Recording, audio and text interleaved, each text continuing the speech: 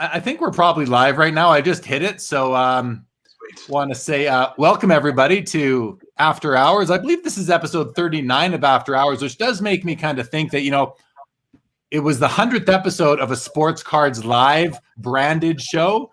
But this is Sports Cards Live After Hours. So we're coming up to about episode 150 if I were to take them all overall. But it was still the numbered episodes are the numbered Sports Cards Lives are really the interview shows.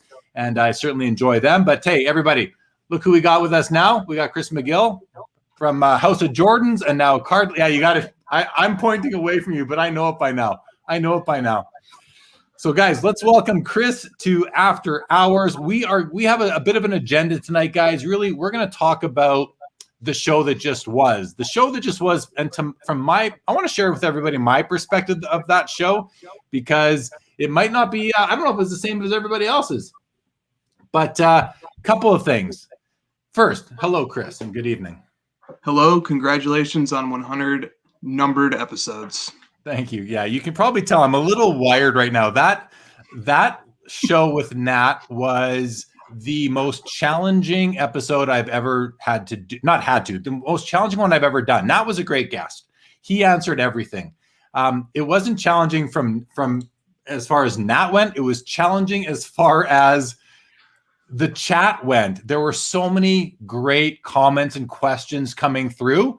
And then there were the sporadic littering of ones that weren't so good. And they were forcing me to lose track of the good ones. And I just want to apologize to a lot of the audience and a lot of the people that posted those great questions. If I didn't get to them, I just couldn't keep up. And I think I stated it maybe twice during the show. So I just want to apologize to everybody for that, because I know that you guys were on fire tonight in there. And I also want to thank everybody for all the congratulations at the beginning of the show. I couldn't even address those like I usually do. And it's my intention and my desire to do that and include everybody in the show.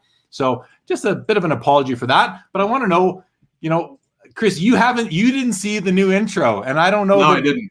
You didn't. So we'll play it again, but I want to know what you guys thought of it. I hope you liked it. I mean, I think the song's pretty cool. Should we give it a play?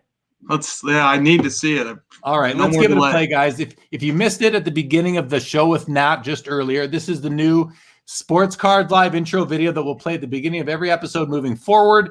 Once we do it, I'll tell you who wrote it and all that. But here we go. Get ready. Michael Jordan. Sports cards is a lifestyle. Sports cards and we live now. Jeremy Lee in the building and every guest that you ever needed. Sports cards after hours keep the hobby heated.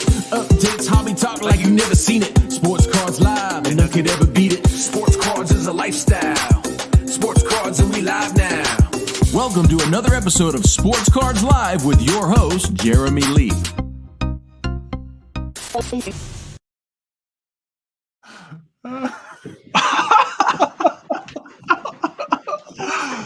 That's great, man. Sports card. What I like what Sean did. So Sean is the man behind the Victory Investments account on Instagram, which if you're not following him yet, you guys should all be following him right there. I'm going to put it up there. His IG is Victory Investments. He's got a YouTube channel, also Victory Investments. And he's writing some really cool tracks that are all hobby rap kind of songs. And yeah, he is. Yeah, met him at the Dallas show. Really nice guy. Really nice guy. I'm a big fan of his. So he wrote the song. He did that video, and for the 100th episode to kick it off. So I don't know. I think it's kind of funny. It incorporates some of the old thumbnails from the shows, and my head pops up in there a couple of times. I just think it's funny, and I like the song. Song's good. The editing was good too. I think the visual presentation was quite good as well. Well, I like how when Dr. Beckett flashes, he puts a goat on top of it too. I don't know if you saw that. Yeah. I did catch that. He knows his stuff, man. That was great. That was really good. He does. Also, shout out to Ben Carlos, who had an earlier episode, kind of an appetizer for tonight. We were kind of saying that he was kind of opening for Sports Cards Live tonight.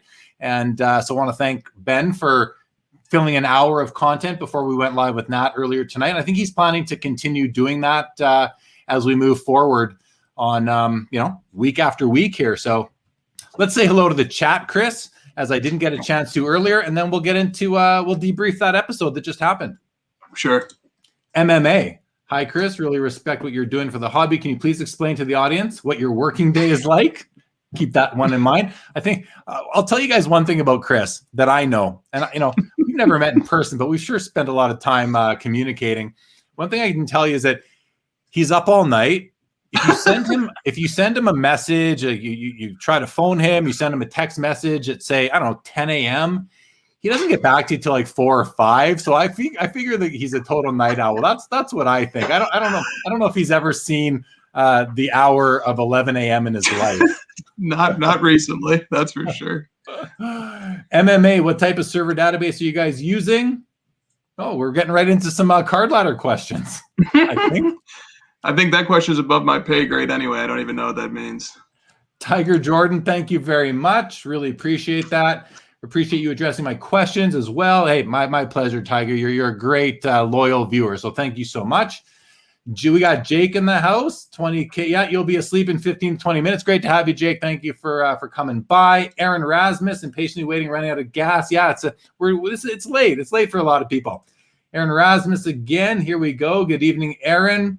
We got ProWear official fan. Good evening. Haven't seen you in here before. Welcome to the show. My guy Joe Perot from Santa Cruz. Good evening, Joe. And Joe, I forgot to do that, what I told you I was going to do earlier. So my apologies. PSA Slab Guy, can I ask Chris how he and Josh view Card Ladder's competition with, I didn't read this until now, with market movers? Is it friendly? I can answer that, though, whenever we want. Take a stab at it. I think they're great complementary services. And if there's a lot of people out there who I think could get use out of both, maybe somebody gets more use out of one, maybe somebody gets more use out of the other. But much like there's PSA and BGS for grading, there's options for data platforms as well. There you go. Thank you for that. Thank you, PSA Slab Guy. Miski Pascarello, good evening. Kyle Brown, yeah, Chris is live. David G, good evening. Nice. I see you, Kyle. Missed the show. Thank you, David G. We got Matthew Jones missing 300 people from earlier. Well, not quite 300 anymore. Not quite 300 anymore. Tracy Shamer in the house. Good evening, Tracy. Aaron Rasmus. You can always, if you guys missed the last episode with Nat, it will be, if it's not up on the YouTube channel right now, it will be there by tomorrow. These things sometimes do take up to 12 hours to render, so be patient. It will show up and live there forever. MMA, really enjoyed you on the last show. Thank you, and thank you for the congratulations. You don't mess around. Quality guests, an exceptional way to roll out the red carpet. Thank you so much, MMA. Mike Wick, I could have watched all night. Yeah, thanks for that, Mike, saying I did great, because again, I felt flustered during that last episode. I felt scattered, and I'll be honest, I wasn't that pleased with my performance. So I'm glad. Well, which performance, Jeremy? Because you're the moderator, you're the host, you're the producer.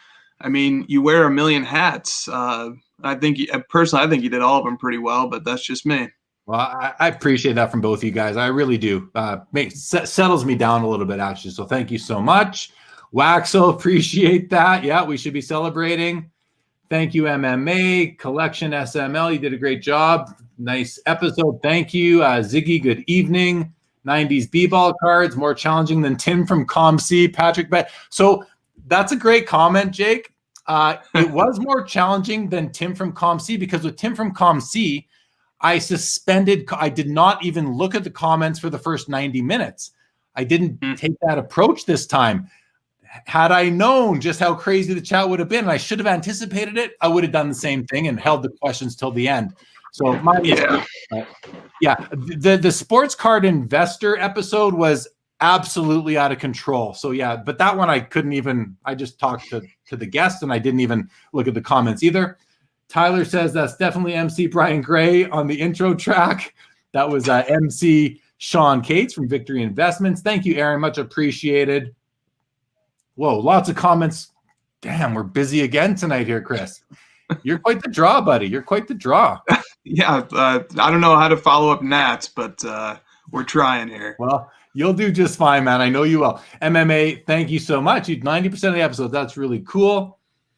PSA says the chat with Nat was tame compared to ComC. Yeah, but again, I ignored the chat during ComC, but I let everybody know I was going to be doing that. Yes, it was intense. Awesome, Tiger Jordan. I'm glad you like it. Thank you so much. Hockey guy says the ComC one, people didn't want answers. They just wanted to to hurl vitriol. Yes, for sure. Ben Carlos, my man, guys. Again, subscribe to the Ben Carlos channel. This guy does great, puts out great content on a regular basis. Just a great dude. He does. Latrell, Chris. Hi, Chris. Great episode. Thank you very much. Big Unit says Carvin is the man. He asked the owner of PSA to see something and Nat literally jumped out of his chair to get it. Mad respect. I love it. It's good observation. observation. I don't know who that is, but we both sleep a little bit, I think.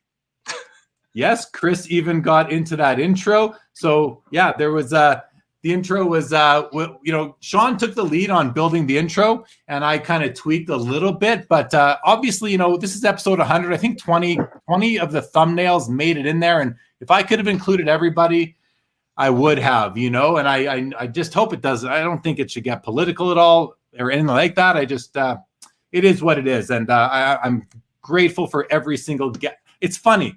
Chris, I always say after every show, I loved it. Like every single episode I've done, every single guest has been awesome, right through from last April till June 2021. So I'm grateful for everybody. Paul, that is true. It was. Appreciate that, Global, very much.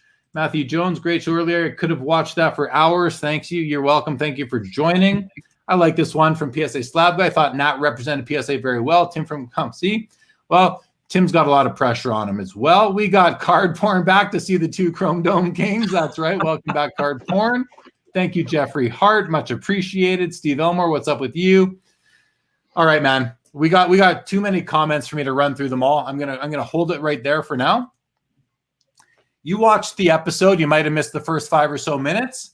You got a couple of notes, which is one of the things, guys, I love to do on After Hours is provide some continuity between the first episode of Sports Cards Live and the second episode of After Hours, and actually debrief that first episode with a fresh perspective.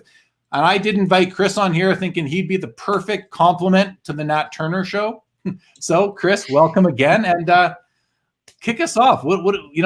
Because one thing I do want to add before I pass the mic to you is that I didn't hear everything Nat said. I couldn't absorb it all. So it's great that Chris was out there taking some notes and really picked out a few of the nuggets. So what was the first thing that stuck out to you, Chris? Well, I think you have to partition that interview into the collector half and the PSA half, right? And so maybe we'll talk a little bit of PSA first. Nat said to one of your excellent questions that the amount of cards graded per day is in the low tens of thousands. And that's a nebulous answer with huge implications. Okay, if it's 10,000 cards a day, then PSA can grade 3.6 million per year. And that means it's going to take a few years at the current rate to knock off its 9 or 10 million card backlog. But if low tens of thousands means 30,000 cards a day, then they can do 11 million in a year. And then they should be all caught up in a much timelier fashion. So, yeah. Let me just jump in because I did have a chat with Nat a few days ago, and the number he used a few days ago was exactly that, 30,000. 30. Okay, yeah. Well, 30, because he was a little more nebulous in his answer on the show. 30 is great. If it's 30, there's reason to be optimistic that they're going to be caught up quickly. If it's 10, they got a lot more graders to hire, I think, to catch up with the demand for their company. So I thought that was an interesting tidbit.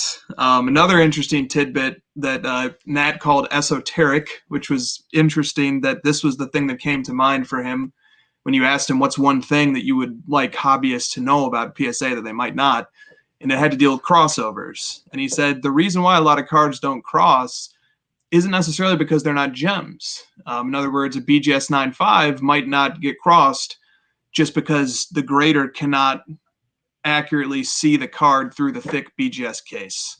That was interesting, and a very admirable point of view from a person with a strong vested interest in PSA to say, there's a perception out there that a PSA 10 is a tougher grade than a BGS 9.5, and the opposite perception exists too. But Nat was saying you can't read into the crossover rates because sometimes cards just don't cross because the grader doesn't feel confident that they can accurately see the card through the case and the sleeve. I thought that was a really interesting answer. What do you think about that? Yeah. I thought it was a fair answer. I mean, the first thing I think about it is that he's not bullshitting us. He's telling it like it is. I believe what Nat says. He comes across as very genuine and authentic. So I believe to the extent he has the information, he shared with us the same information that's in his head. To the extent he could on this question in particular, I think it's a fair answer. And it actually answers a lot of questions or concerns or disappointments that people have had when you get that card back and it doesn't cross over. Instead of you thinking that my card didn't gem or it's not worthy of a PSA 10, the fact of the matter, it still very well may be. And to me, that encourages the break and submit instead of the crossover service. Yeah, that's true. That is the corollary there. I see in the chat, Lowell has said, crack your crosses, fellas. I'm not sure if that's the right takeaway there. Here's the takeaway that I like. That's a different corollary. And I'm going to make it into a slightly bigger topic. What's the purpose of a grading company? To me, a grading company serves two primary functions. Number one, assigning a technical condition to a card that's reliable and credible. And then number two, encapsulating and protecting the card for the long haul. Now, this question deals with function number one of a grading company, which is assessing a technical grade.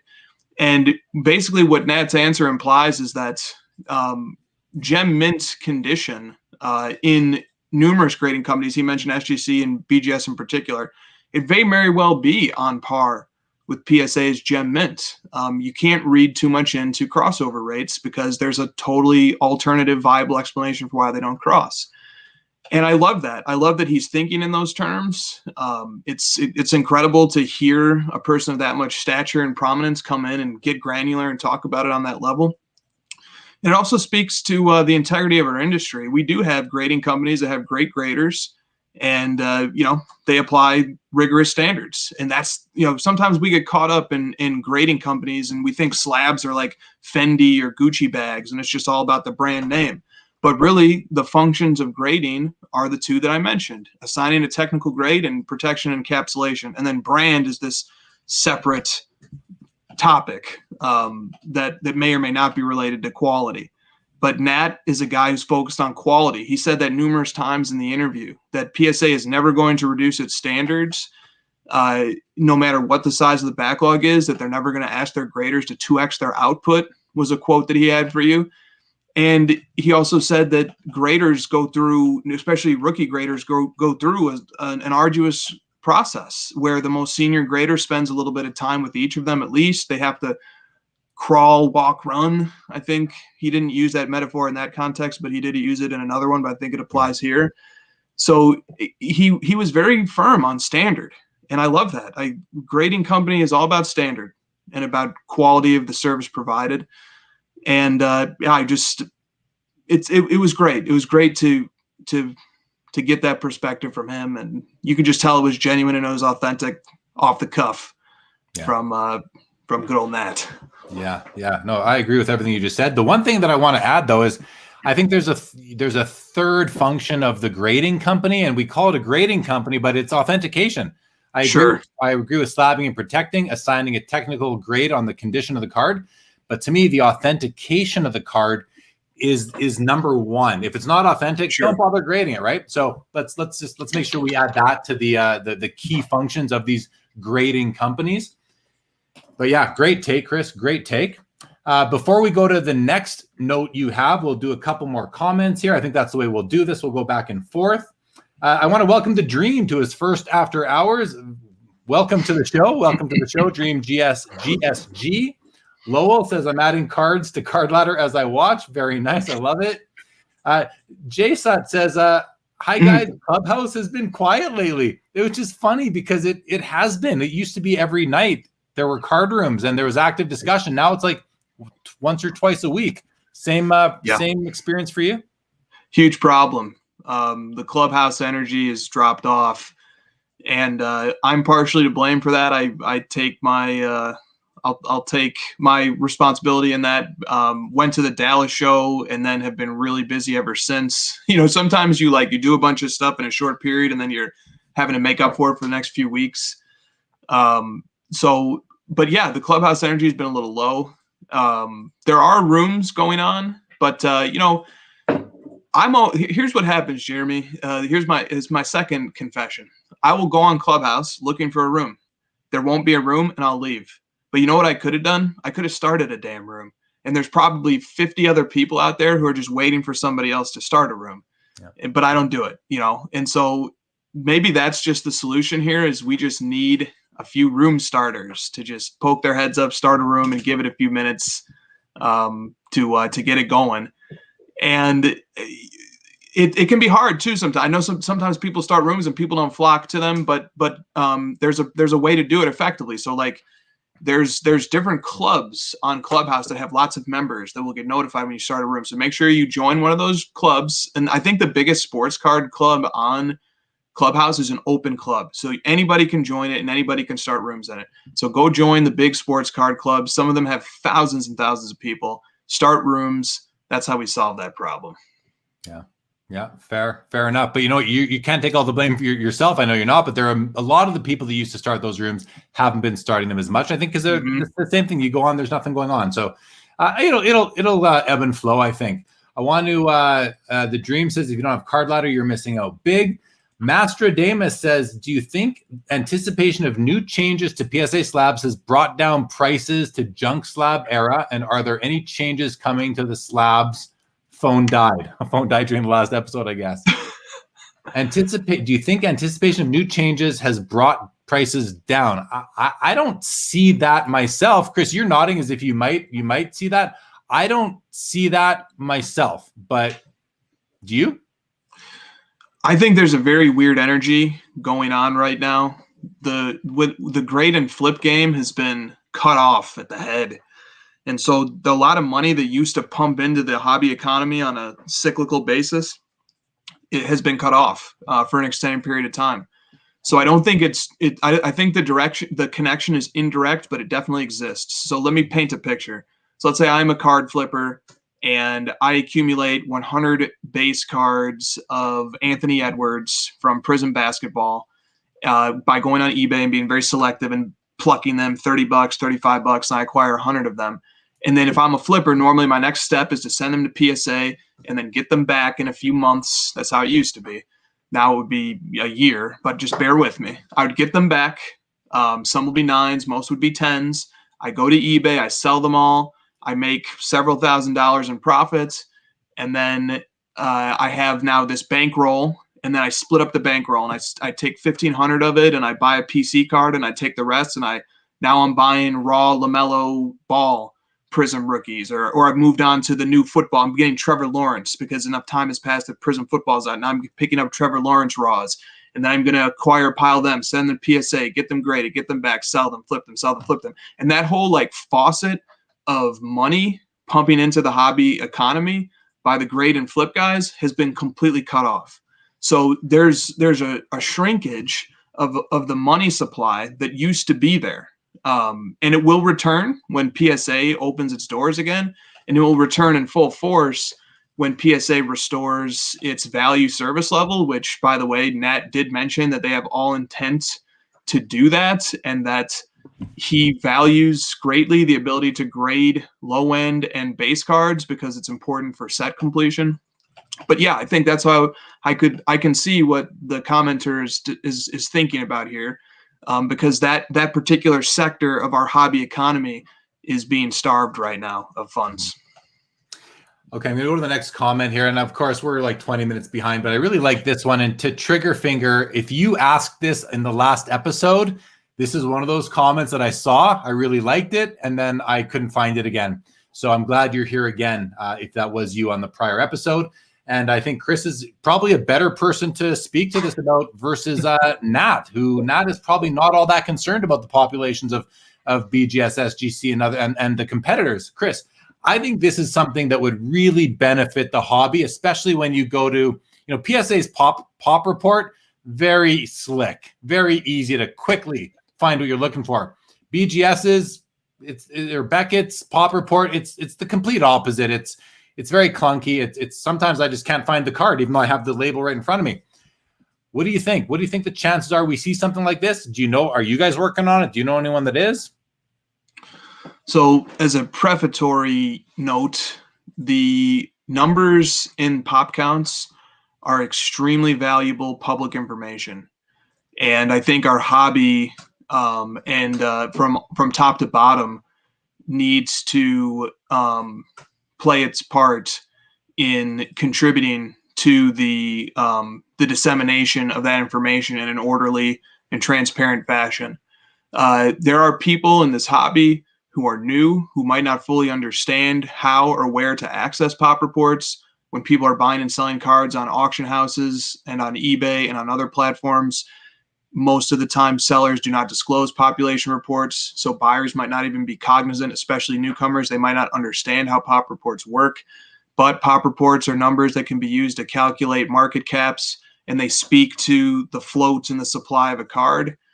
And so for that purpose, pop report information is extremely important public information. And the more transparency that exists around it, the better off the industry is.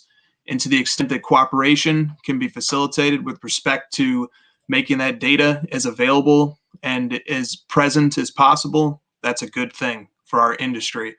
And in the interest of the long-term health of the industry, allowing people to access pop reports in the simplest and most direct fashion is ethical and good.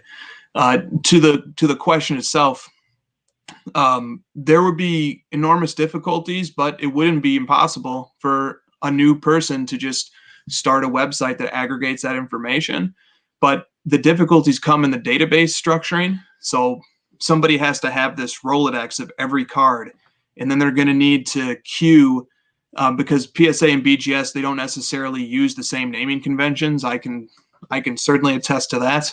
So it's certain instances, PSA might call a card something different than BGS. So it's going to take a human mind and manual effort to construct that database from scratch. And that's no small task. As somebody who's constructed a database of 11,200 cards over the last year, constructing a database is a tall order. Maybe somebody like Trading Card Database is a little, or like Cardboard Connection is a little bit better positioned to do it. But the task from a technological and a database building point of view is very difficult. With that said, I see an opportunity for a shameless plug. Card Ladder does track population reports for BGS and PSA slabs. We do have SGC slabs, but their population report is a little bit difficult to navigate at this time. But so if you ever did want to look up the pop report of any card in our database, you can do that, and it is up to date. But it's a difficult problem, and I see the chat is asking for a 2-minute rule on my answers, so I'll stop there. I didn't see that. Okay, all right, Victor. Yeah, you're welcome, but I knew you would be listening intently on that one very much. Foul Five Ball, I want to thank you for that. Glad to have you as always. As always, thank you, Dream. Much appreciated. 90s Jake says, you're right, Jay, you wear all the hats and do it. Thank you very much, Jake. Much appreciated. Steve Foley, I make it look easy. I did not have an easy time on that last episode, but thank you very much, Steve. Okay, you guys are making me feel better. Thank you so much. I was, like I said, I was scattered, but appreciate it. Jeff McMahon, okay, guys, appreciate all the compliments. There we go, Colin. Best of the 100. Thanks, Colin. Glad to get your endorsement on that one for sure. Sammy says he's a draw because he's honest. That's great. Very much agree that. There's Sam from Women of the Hobby. Enjoyed the show with Nat. Excited to be on After Hours next week. Yeah, let me remind you guys, next week is Ladies' Night on Sports Cards Live. Christina, who's probably just on the other side of Chris, will be on the first show. And after that will be Sam from Women of the Hobby. Card Porn jumps in, says, great chat with Nat. Jeremy, we've put a summary of all the take-home points on our Insta. I pulled that up too, by the way, in case we want to fall back on that. I've got it pulled up. Okay, cool. You've got it pulled up already. That was quick, Card Porn. Good work, guys. Good work.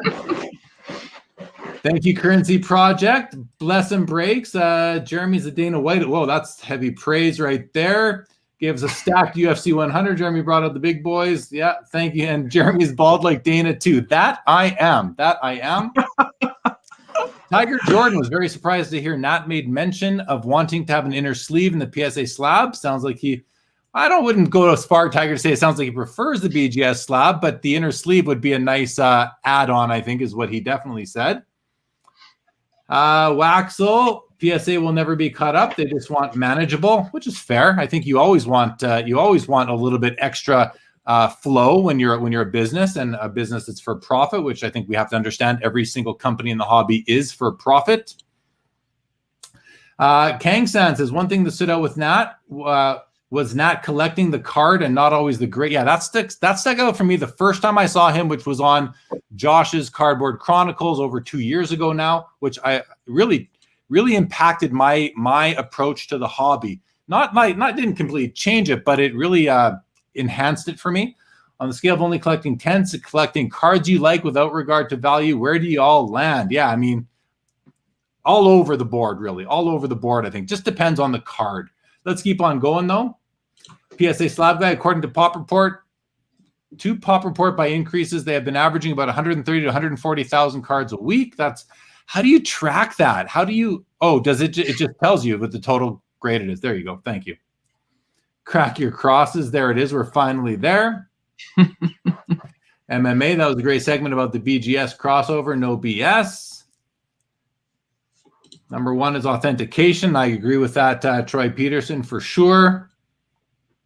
And Breakout says, that's Ryan, says, always thought it was PSA trying to act like more difficult graders. Yeah, he made it clear that is not the case at all, which is, it speaks to one of the topics I wanted to get into if we have time, just the overall narrative in the hobby. And a lot of people in the hobby, they get the narrative from people that are just working with incomplete information, inaccurate and or incomplete information.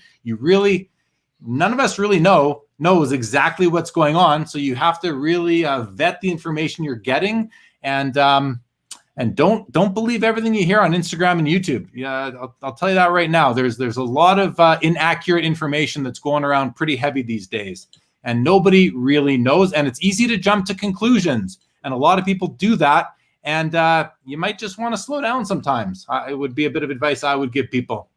Troy, number 2 is numerical. Agreed. We're of the same mind there, Troy. I like this. Jay, grading companies are treated like Fendi and Gucci bags. Great comparison. Logan says, I like that Nat says collect what you love and not worry about price. I've been saying that very thing for years. Nat's a true collector, which is why I firmly believe he's the best guy to be at the helm of what I think is the most important company in the industry. So when I found out, I think I said it in the episode, when I found out that it was Nat that was leading that group, and now that we know that he's executive chairman, which isn't just a guy that comes to a quarterly board of directors meetings, he's an executive, he's full-time. That gives me huge confidence in the future of our hobby. Like, we're in good shape, guys. We're in good shape with him at the helm.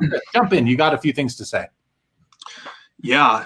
First of all, man, it might sound a little crazy because, as you pointed out, companies in the hobby exist for the purpose of profits, and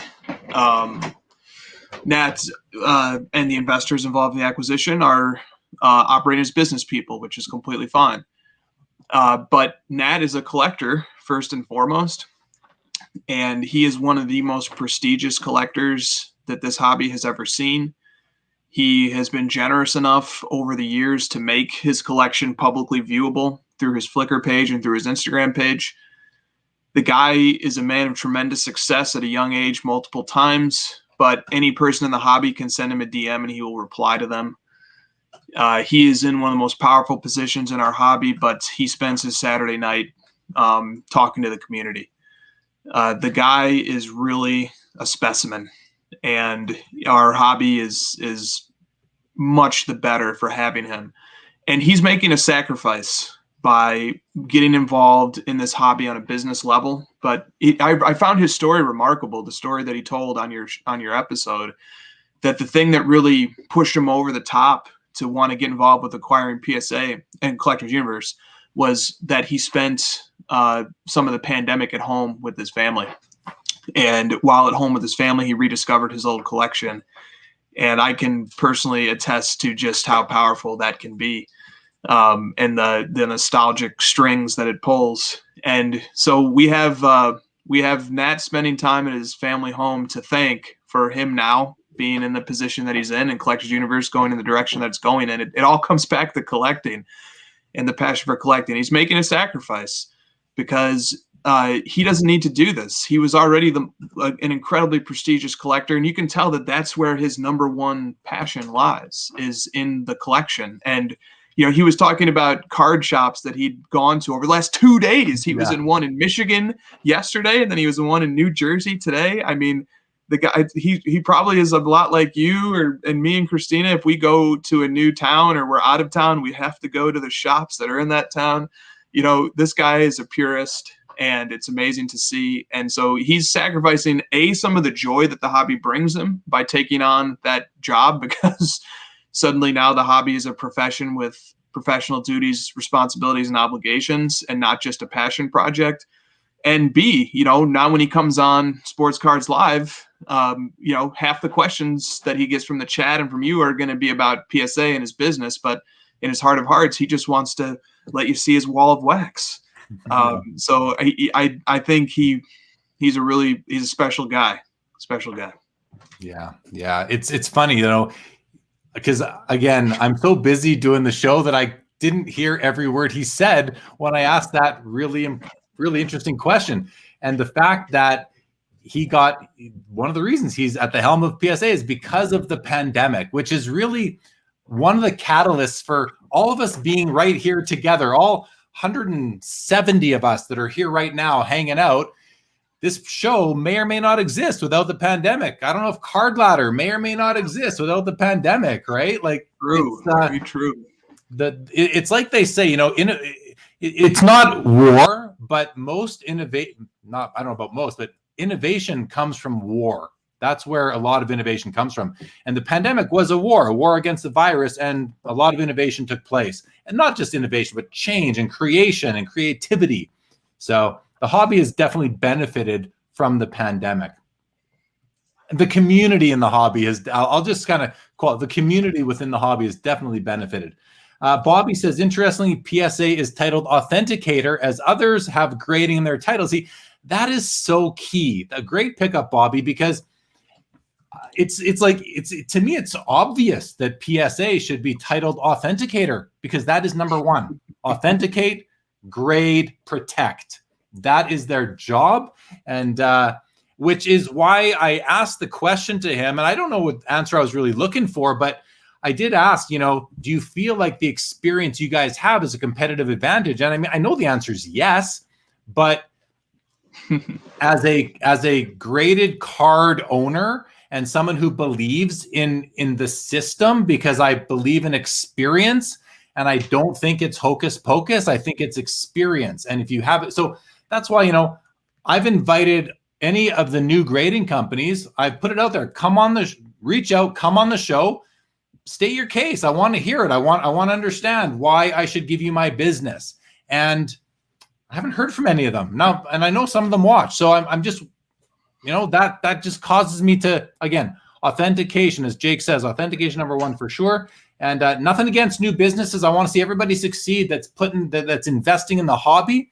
But I want to understand if you're able to authenticate in addition to assess the technical condition of a card.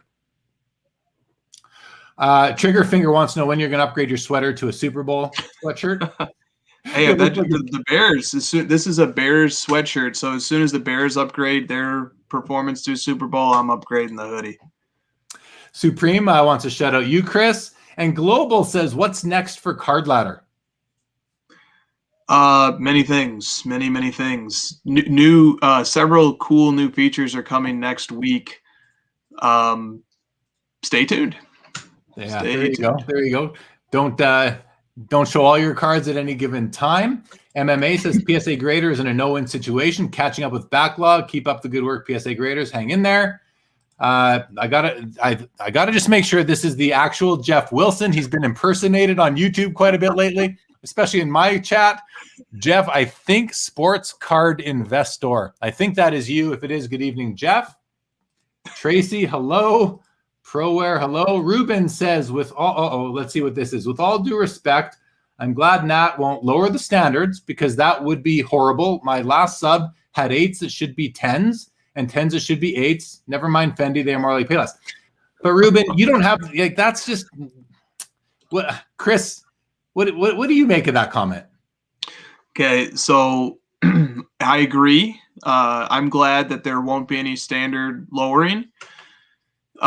He says my last sub had 8s that should be 10s and 10s that should be 8s. So he's being critical of the grading. And I think Nat, PSA, anybody would be very welcome to hear constructive criticism about ways that they can improve. You know, one of the interesting answers that Nat gave was that you pressed the issue, which was excellent, because you really hit on a lot of questions that collectors have stored over the years, and we finally have somebody just willing to transparently answer them. And you were like, does PSA have a second person look at every card? Yes. Even the low end cards? Yes. Why? Well, quality control issues. Sometimes cards are overgraded, sometimes they're undergraded. Want to make sure the right label is applied to the card. There can be finger entry errors. A 9 can show up on a label when 8 should have been entered. When you're at scale, all these types of mistakes can be made. And even if they're very infrequent, they still will happen from time to time. And when they do happen, because PSA is the leading grading company, they're going to come under a spotlight and under magnification. So I think there, with respect to this, this goes back to what I believe is one of the most fundamental and important functions a grading company serves, which is consistent and credible technical grade assessment, which, by the way, I include authentication as a precursor to being able to assess a technical grade. But I think that's one of the most important functions that a grading company can provide. And so if a grading company's the credibility of their grades is in question, then that's a great opportunity to reflect on ways that they can, improve messaging, for example. So so CSG, new grading company, CSG, they went and hired away from Beckett 2 of Beckett's best graders.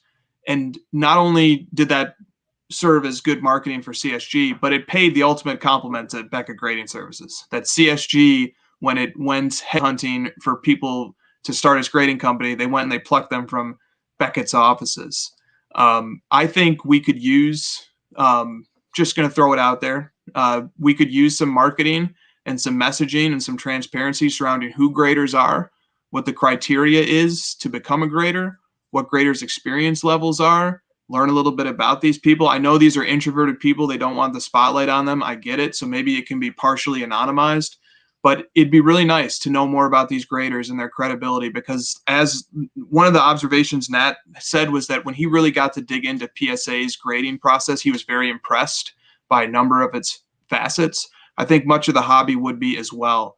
And I think it could be very beneficial for the hobby to sort of see, and as you asked for, a pullback of the curtain on some levels. And I think from a marketing point of view, it really makes sense to increase confidence in one of the main functions that grading provides, which is reliable and accurate grading. I think people would be quite impressed with the rigor that is applied to grading at the big grading companies like PSA, BGS, SGC.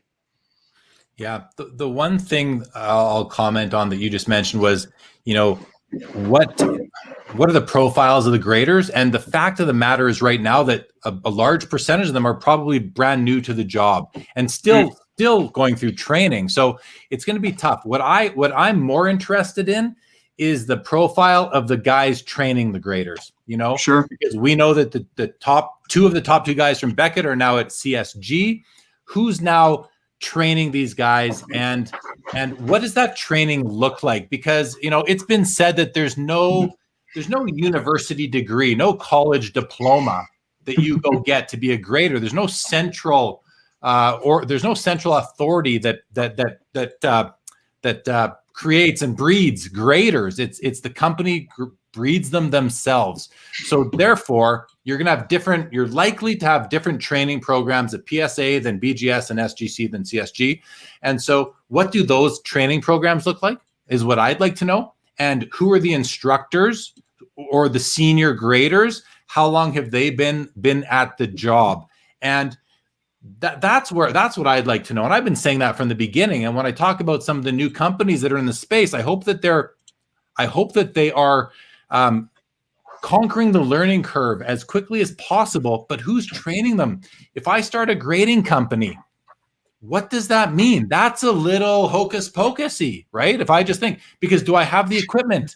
Do I have the proper equipment? So to Ruben's question where he says, see, the only problem I have with Ruben's comment, Ruben, is the word should.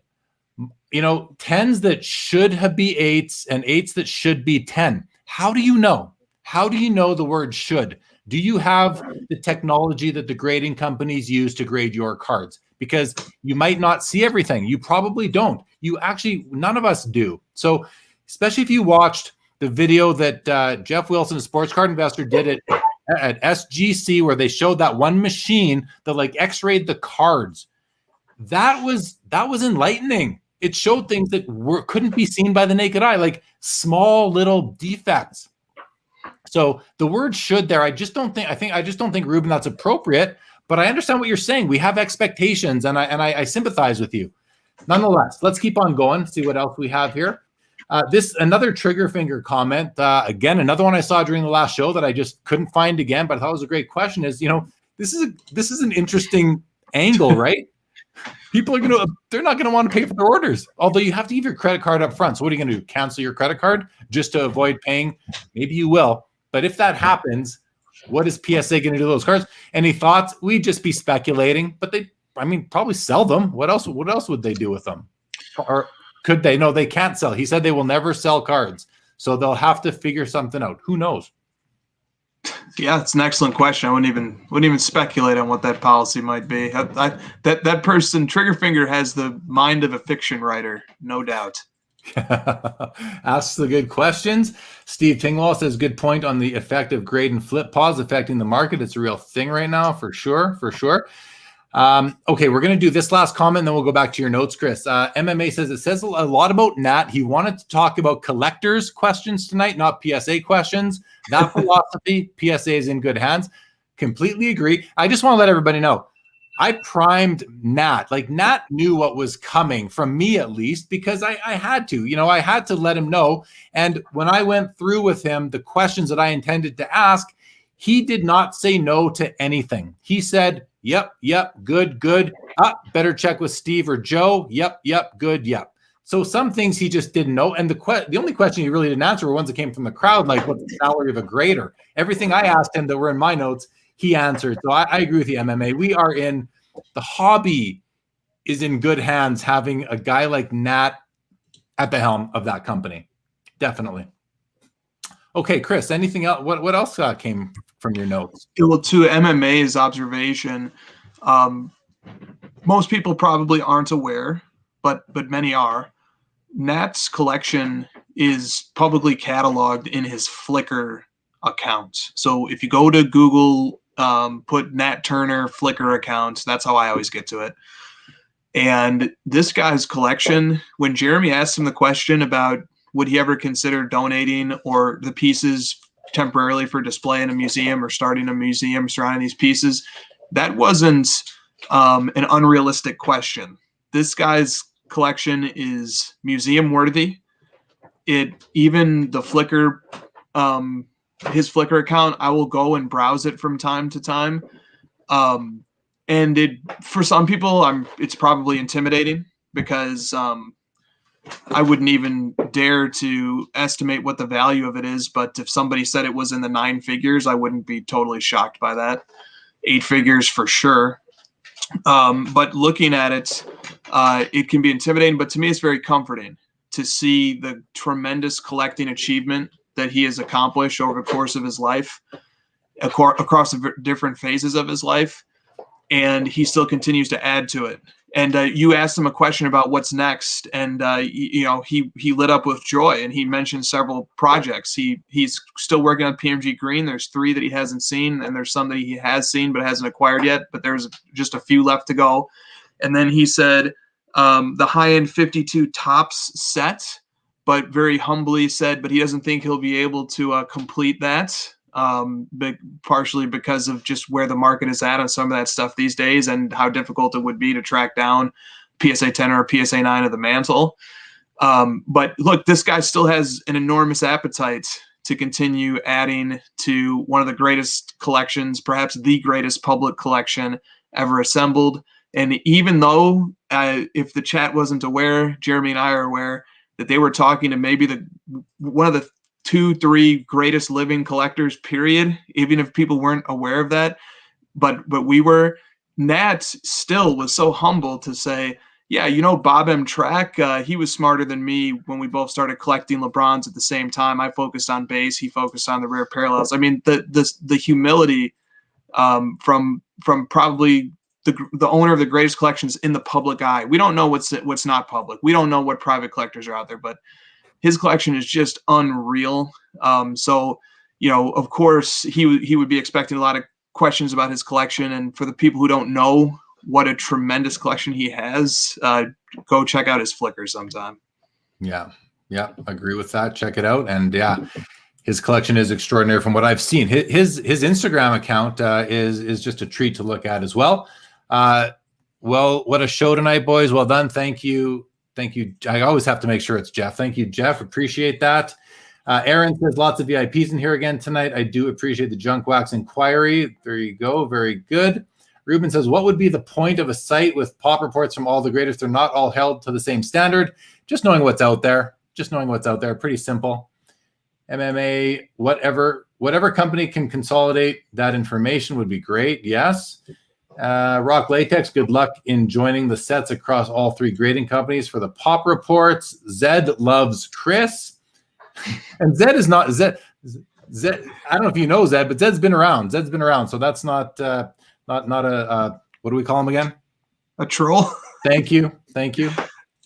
Carvin loves the new background. Very different than the crossover, for sure. What's up, Carvin? For sure. Okay, sorry, you were going to go to a note, but then you went to that comment. Sure. What else do I have here?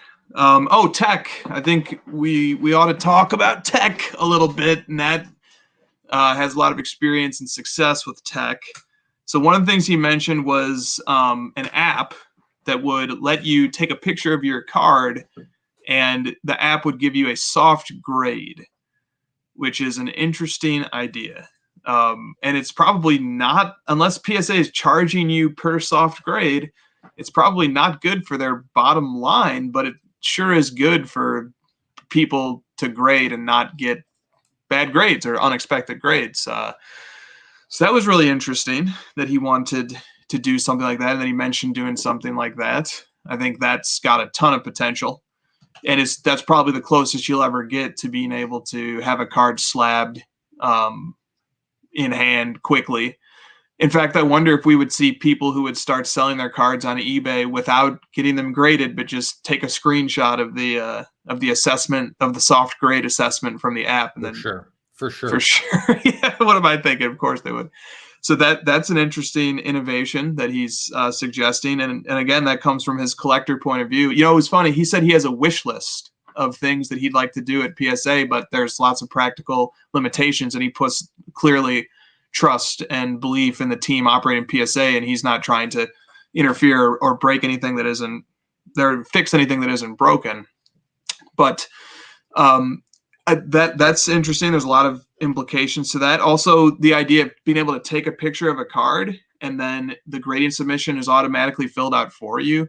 It's a very interesting concept. Group subbers in particular would be the biggest beneficiaries of that, probably, because of the way that they fill out submission forms at scale. But everybody would get a kick out of that, a thrill out of something like that. From a technological point of view, it would be very interesting. How would they do that?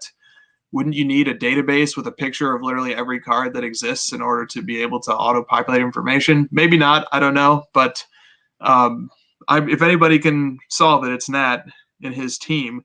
So there's something tech. What do you think about it? And then he mentioned with great transparency what Genament is going to do and what it isn't going to do.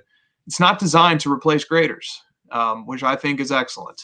Yeah. Instead, it's designed to assist, and in particular, to assist in the detection of fraud and counterfeiting and stuff like that. So lots of interesting tech talk there. That little piece there where that was a bit that I would say the fact that Genament is mostly going to be implemented to detect fraud and trimming and inauthentic,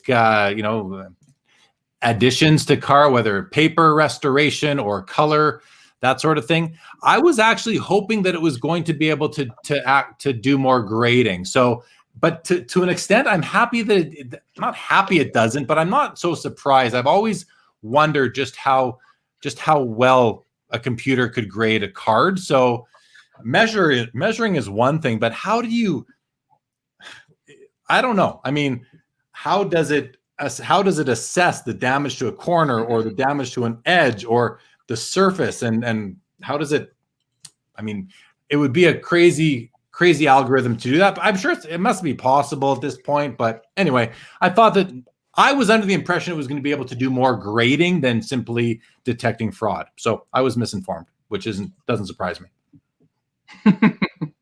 We're often all misinformed in this hobby on things. That's right. We sure are. Especially when we think we're not. Okay, I'm going to run through some more comments here. Darcy, welcome to the show. Thank you. Great job. Darcy, we're just not going to get into players tonight, though, but great to have you as always. Poku. Do you think that's the player he's referencing? What's that? The player he's referencing has a nickname, Poku. Okay. Here, Chris, take a shot at this one, but quickly. What's going on with the hobby? Dip, or are we headed for pre-COVID prices?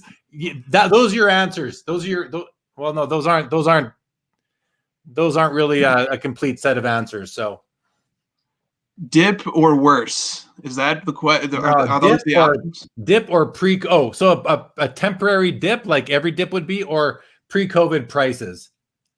Well, we're definitely in a dip in many segments. Not all, though. It's always an important asterisk there. 1952 tops Jackie Robinson keeps setting all-time highs. There's certain segments of this market that are flourishing. Did anybody happen to catch last night on Leland's Tom Brady championship ticket contenders BGS 9 Auto 10 sold for $3.1 million? Did that happen in the middle of a dip? Yeah. Yes, it did. Do we have is the biggest grading company shut down for several months because of the unsatisfiable demand for its services right now? And by the way, if I may, did a second grading company have to shut down its doors because the surplus demand from PSA trickled over? Yes, they did. And that was one of the things that I thought PSA probably contemplated was, what are the risks of shutting down for a while? Well, one of them is driving customers to other people. Yeah, but can any other companies handle the surplus either? No, they sure can't. So are we in a dip? Yeah, for many cards, many prices. Are all cards dipping? No. There's lots of signs of life and optimism. The Brady championship ticket BGS 9, that card sold for $400,000 in February of 2019. So less than 2.5 years ago, that card was signed for $400,000, and now it's doing $3.1 million. Pretty remarkable.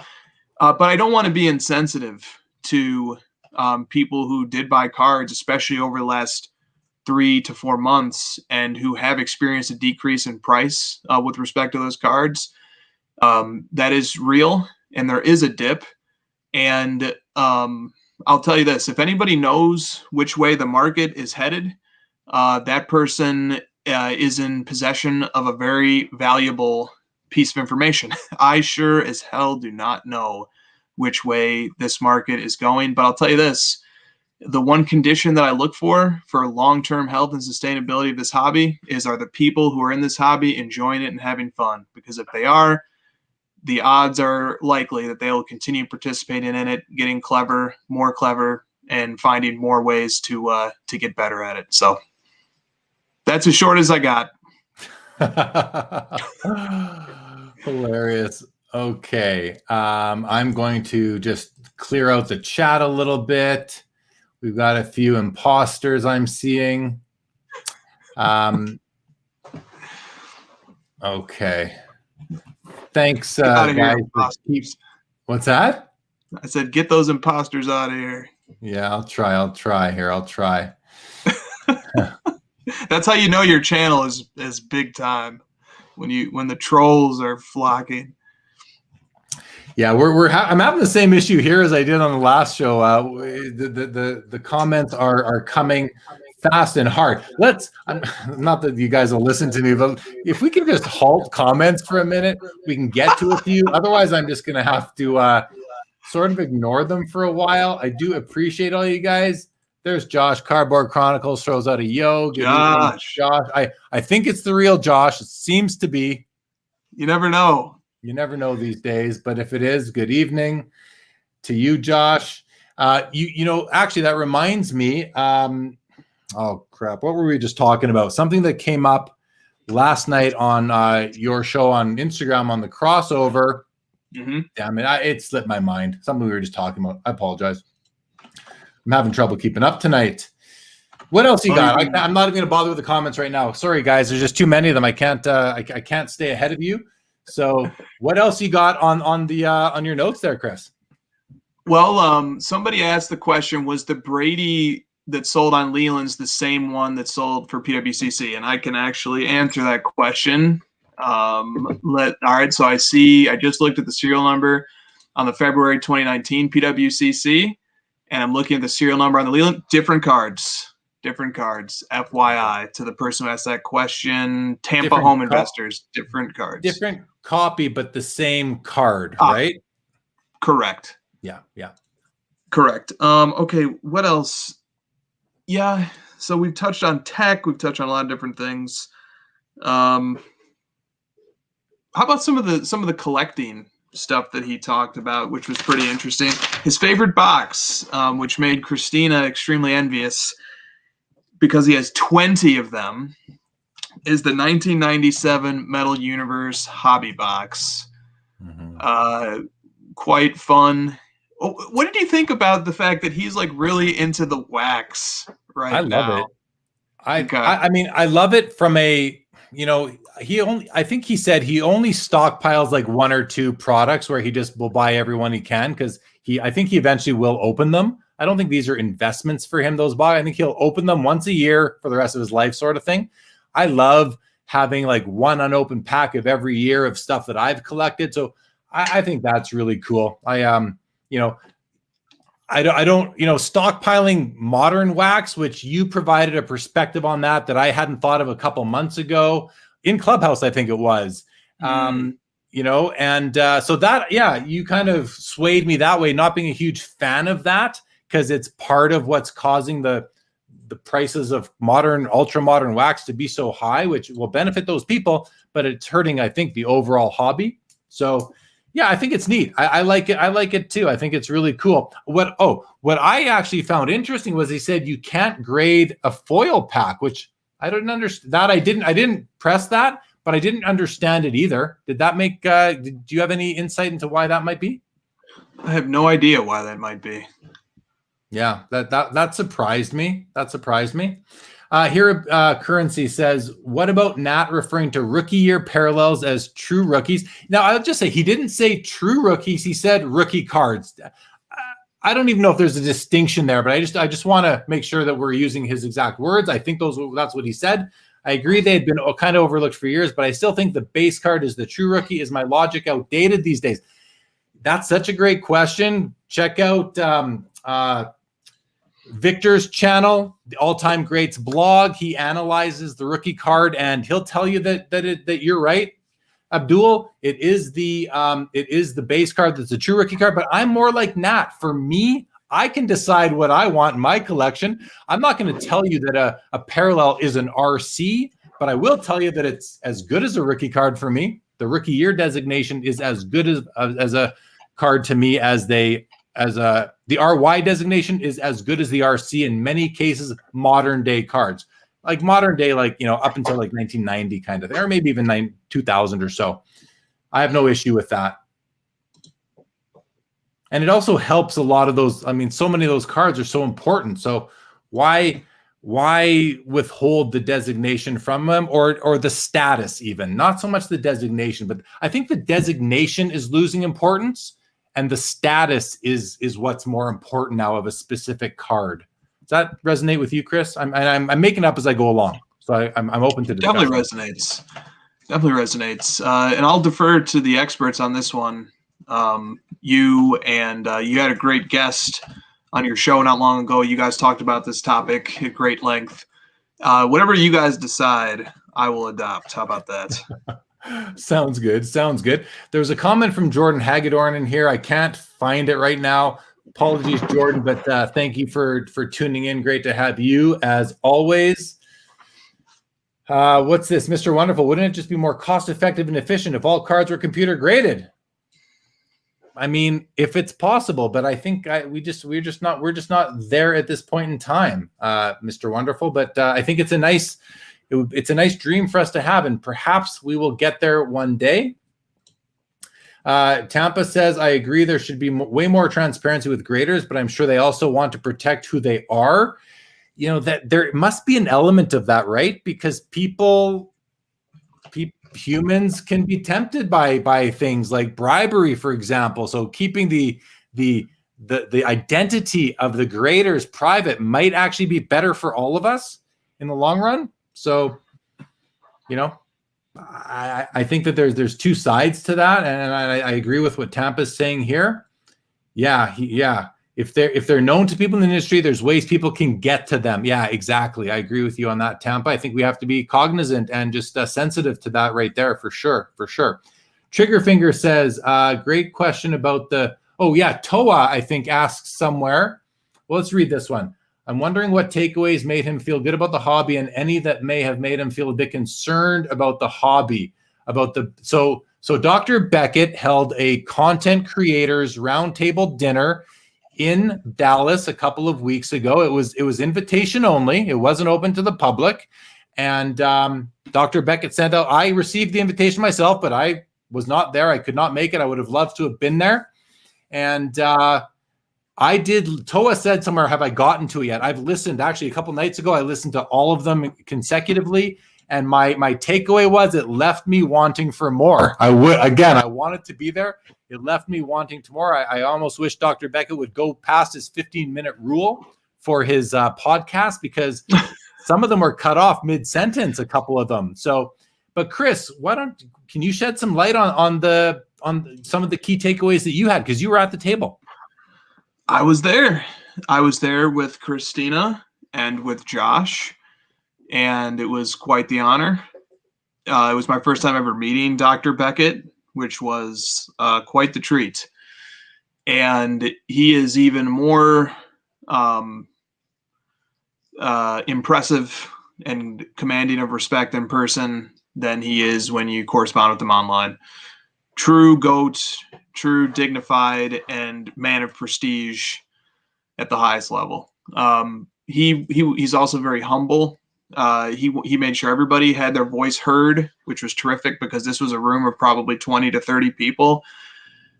Extremely diplomatic, sensitive, thoughtful person.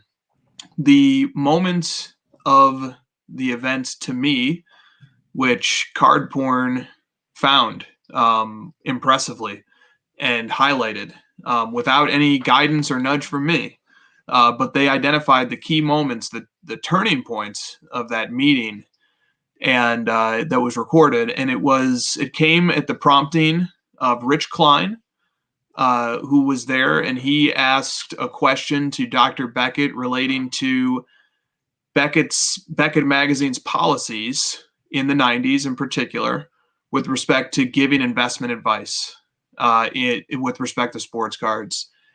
And Rich had a loaded question, because the question was, why didn't you do it? And Beckett replied in a perfectly measured response that I thought struck just the right chord. He simply said, and I'm paraphrasing here, but this is roughly it. He simply said, "We didn't do it because it was wrong." And I thought that was extremely tasteful, thoughtful, and coming from a voice of such influence like him. I mean, one has to think there's a clamoring in the YouTube content era to make content that attracts eyeballs. And there seems to be a strand of thought that making investment picks is one way to do it, giving investment advice. But Dr. Beckett puts all of us modern day content creators to absolute shame. He had circulation of his basketball card magazine alone in the millions of issues per month. Millions of issues of a magazine being delivered to people per month. And that same volume of distribution applied to other sports, baseball, football, hockey as well. And so, in other words, this guy had the greatest audience in the history of sports card audiences. Dr. James Beckett commanded it. And what did he do with that responsibility and with that platform, and how did he build it? And it really all distills down to that one sentence that he said, which was, they didn't ever give investment advice because it was the wrong thing to do. And I thought that was the biggest, by far, the biggest takeaway from that event. And like I said, Card Porn's Instagram page has excerpted that and made a clip out of it. And I thought that was smart. And they noticed the same thing I noticed when I was there. Yeah, a fair takeaway for sure. For sure. Let me just ask you this, just sort of a summary statement. Was it everything you hoped it would be, that dinner? Well, I don't know. It was just fascinating. You're talking about a collection of people in a room who would never be within the same four walls otherwise. It was but for the influence and the power of being invited to a James Beckett dinner that brought this eclectic group of people together. And it was just fascinating just to pretty much be a fly on the wall in that room. I didn't really have much to say or much to offer. It was just great to listen, to spectate, to hear many different points of view, and to enjoy that moment with Josh and Christina. It was pretty cool. That's cool. Toa says a lot of these new grading companies are more like label companies selling the cool custom label instead of the grading. I can see that angle for sure. PSA Slab Guy says most won't last. Let's see. We're going to run through some comments now, Chris. So if you want to, you can take a little break if you want for a few seconds. Gotcha. I'm just going to see. Oh, I like this one from Jose. I would think the big three grading companies have catalogs or samples of all cards through the decades. How else could one authenticate a card from the 1940s? How does one detect a fake finish hockey card? I think Jose nailed it, that they have samples of these cards so they can put them side by side and compare everything under microscope right down to the fiber of the cardboard. That is exactly how they do it. I said it earlier on the prior show, I've been in the PSA facility. 2009, I had a full tour right into the securest. I saw it all. I did. We saw everything. Carvin, if it was in there, was right beside me during that tour. And they had their reference material room was the most impressive part of the whole operation, which is why I have so much faith in PSA. So that's exactly how they do it, Jose. Very astute comment by you. We're going to keep on running through some of these here.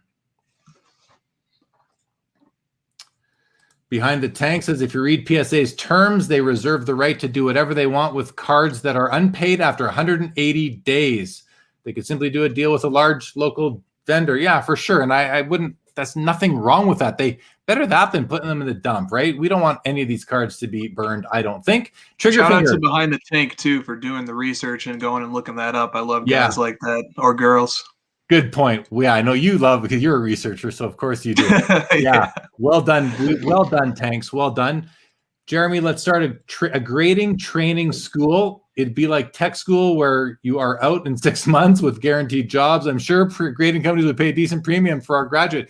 You're right. There would be guaranteed jobs, but who am I to start to start the school, right? That's the flaw in the argument. I would need to get trained by the senior graders at PSA before I'd feel comfortable and go through a couple years of rigorous grading to qualify to do that. Once that's done, trigger finger, partner. Well, we can partner up on that for sure. For sure. Yeah, the dream. Good comment here. For those that haven't watched the SGC video, again, from the Sports Card Investor tour, it's enlightening. None of us have those tools, equipment at home. Exactly. Well said. Well said. Tampa says that Nat has one of the best collections in the world, if not the best. Yeah, I mean, what's his name? Kendrick that owns the Arizona Diamondbacks. He may, was it Albert Bell? I think it was Albert Bell used to have what might have been the best collection in the world, like a PSA 10 of every Hall of Fame baseball card there was. So to that, Tampa, maybe Kendrick does at this point. Not sure for sure. We probably don't know. Let's see. John did not say that people could get their cards back before getting them graded since it's taking. That did not come up. Logan Ward, looking forward to the set registry enhancements. Yeah, that was exciting to hear. I'm looking forward to see what those are as well. Ruben says, "What's the deal with the grading companies that grade grading companies' grades?" See, I'm just gonna take this one, Chris, very quickly, and I'm just gonna let you guys know. I know a lot of people are very critical of the Mike Baker authenticated. I think, listen, PWCC does it with their special eye appeal designations.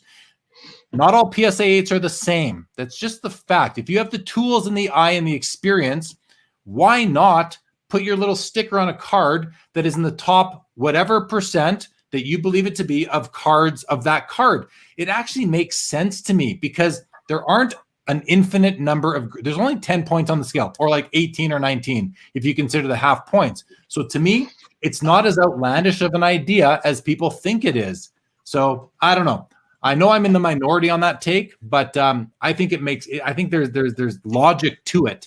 And why not? PWCC gets major premiums on their top 5%, their top 15%, and their top 30% cards. It's the exact same thing that this Mike Baker Authenticated is doing, who apparently was one of the original graders at PSA. So he knows what he's looking at.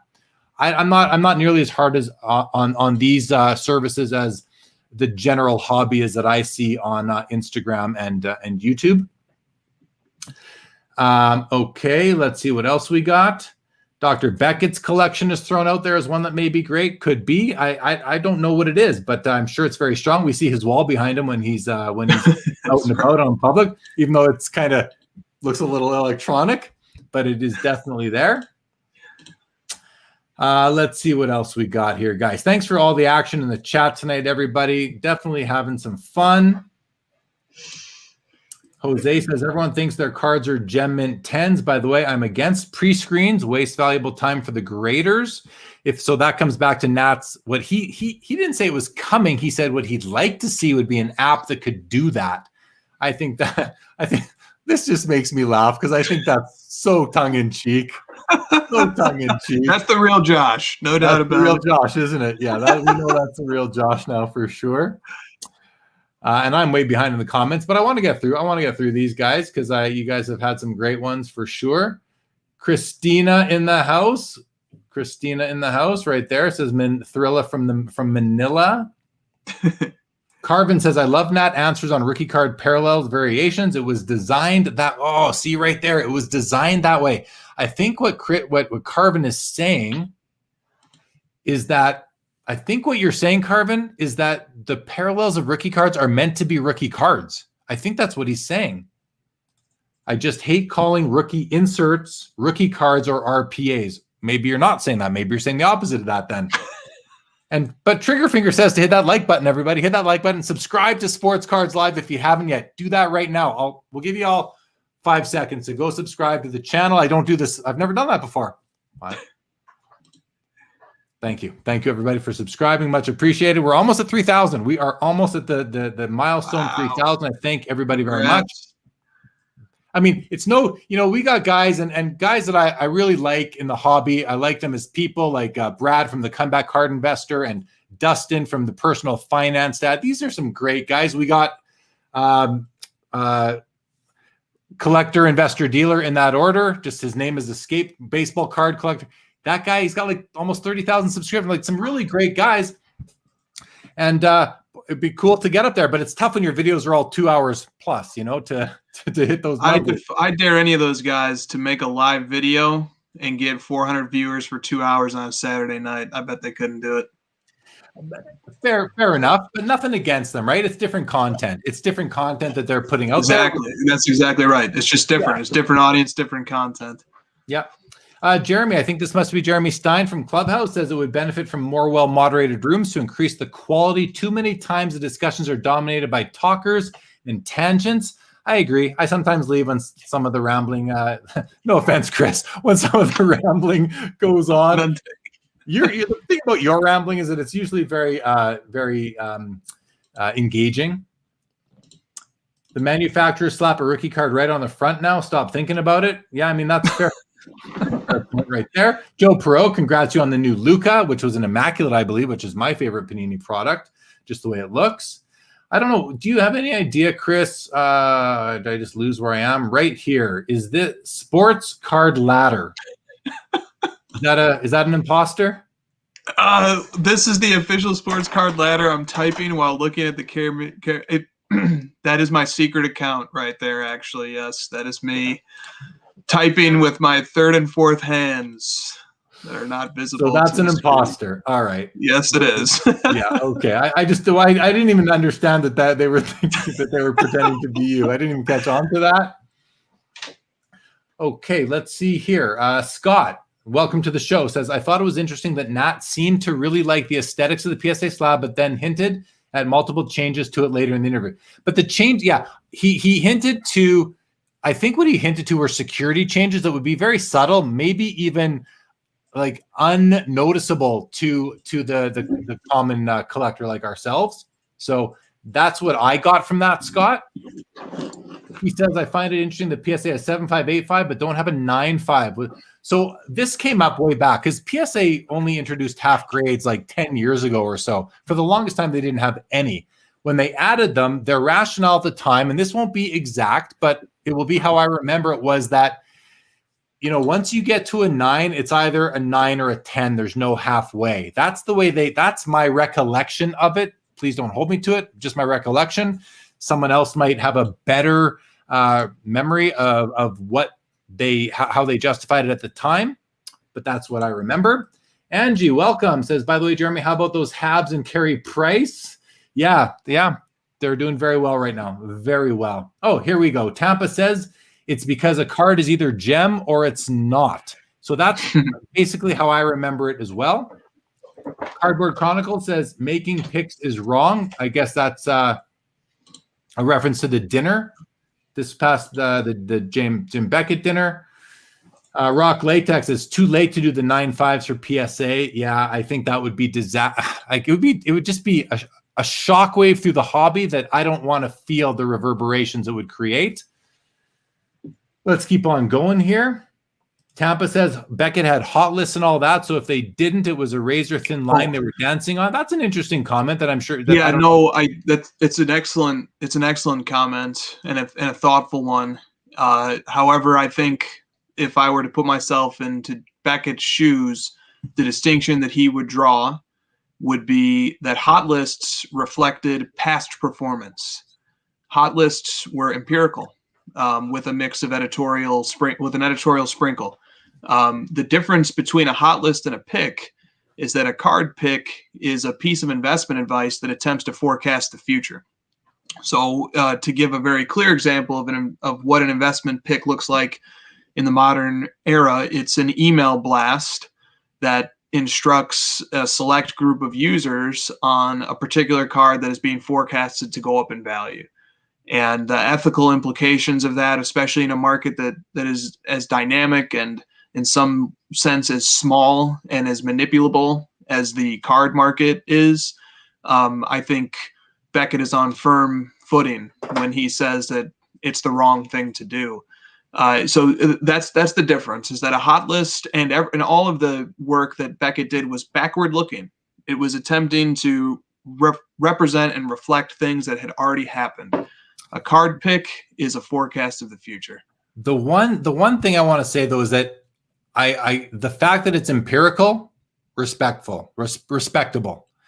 However, the effect of it is not looking back. The effect of that hot list looks forward. People see that, they go buy them in the future after that's published. So the impact of them may be the same as a pick. The impact may be, but because the difference and a very important distinction between the two is that the pick is encouraging you to buy something that might go up in value, where the hot list is saying this is hot.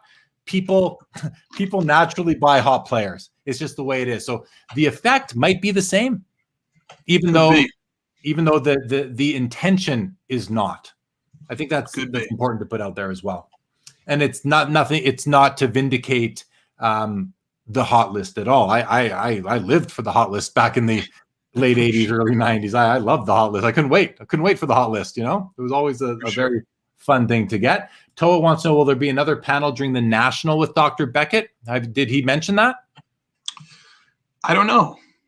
Good question. Yeah. I hope so. I hope so too. I hope so. And I hope I receive an invitation, and I will definitely attend that one if there is. Mike Wick says, I had a Beckett subscription as a kid and can remember when it came out in the mail, how excited I was to see what cards were going up, that I had arrows up. Good. Yeah, those arrows. I was thinking about those too, Mike. The up arrows were also had the same impact as again, empirical, historical, but the impact is hot. People didn't take it as went up. They took it as going up. Look, I mean, Chris, back in the day, you'd open up, you'd be in the card. Hey guys, look at that. The Sergei Fedorov rookie card is going up. It wasn't, hey guys, look at that. The Sergei Fedorov rookie card went up. No one ever said went up. Everyone only ever said going up, right? Sure. It's what's the actual practical effect. So, and you got to think that they knew that, but still, people wanted it. People wanted to know it's if it's backed by data, I'm okay with it. People can decide what to do with that data as long as it's disclosed in there, how it's formed and where that data comes from, or where those hot lists, how it's generated, and why those up arrows are in there. Yeah, right here, Sports Card Times. The hot list on Beckett magazine always took it as the cards to have, which meant if you didn't, you had to go buy them or go trade for them or whatever. Scott says, that's my point. If there's no industry standard, then PSA clearly thinks half grades are needed because they even have half grades from 9 below. Of course, guys, like SGC was probably the most accurate grader back in the day when they had the 100-point scale. Like the 100-point scale makes a lot more sense than a 10-point or a 19-point scale. It just does. There could be a 1,000,000-point scale and you still wouldn't cover all the conditions a card could be in. But it becomes a practical impossibility. So we just don't go there, right? Okay, well, we're going to, sorry, I'm clicking on things here. We're going to get past the grading stuff there, or the half grade stuff.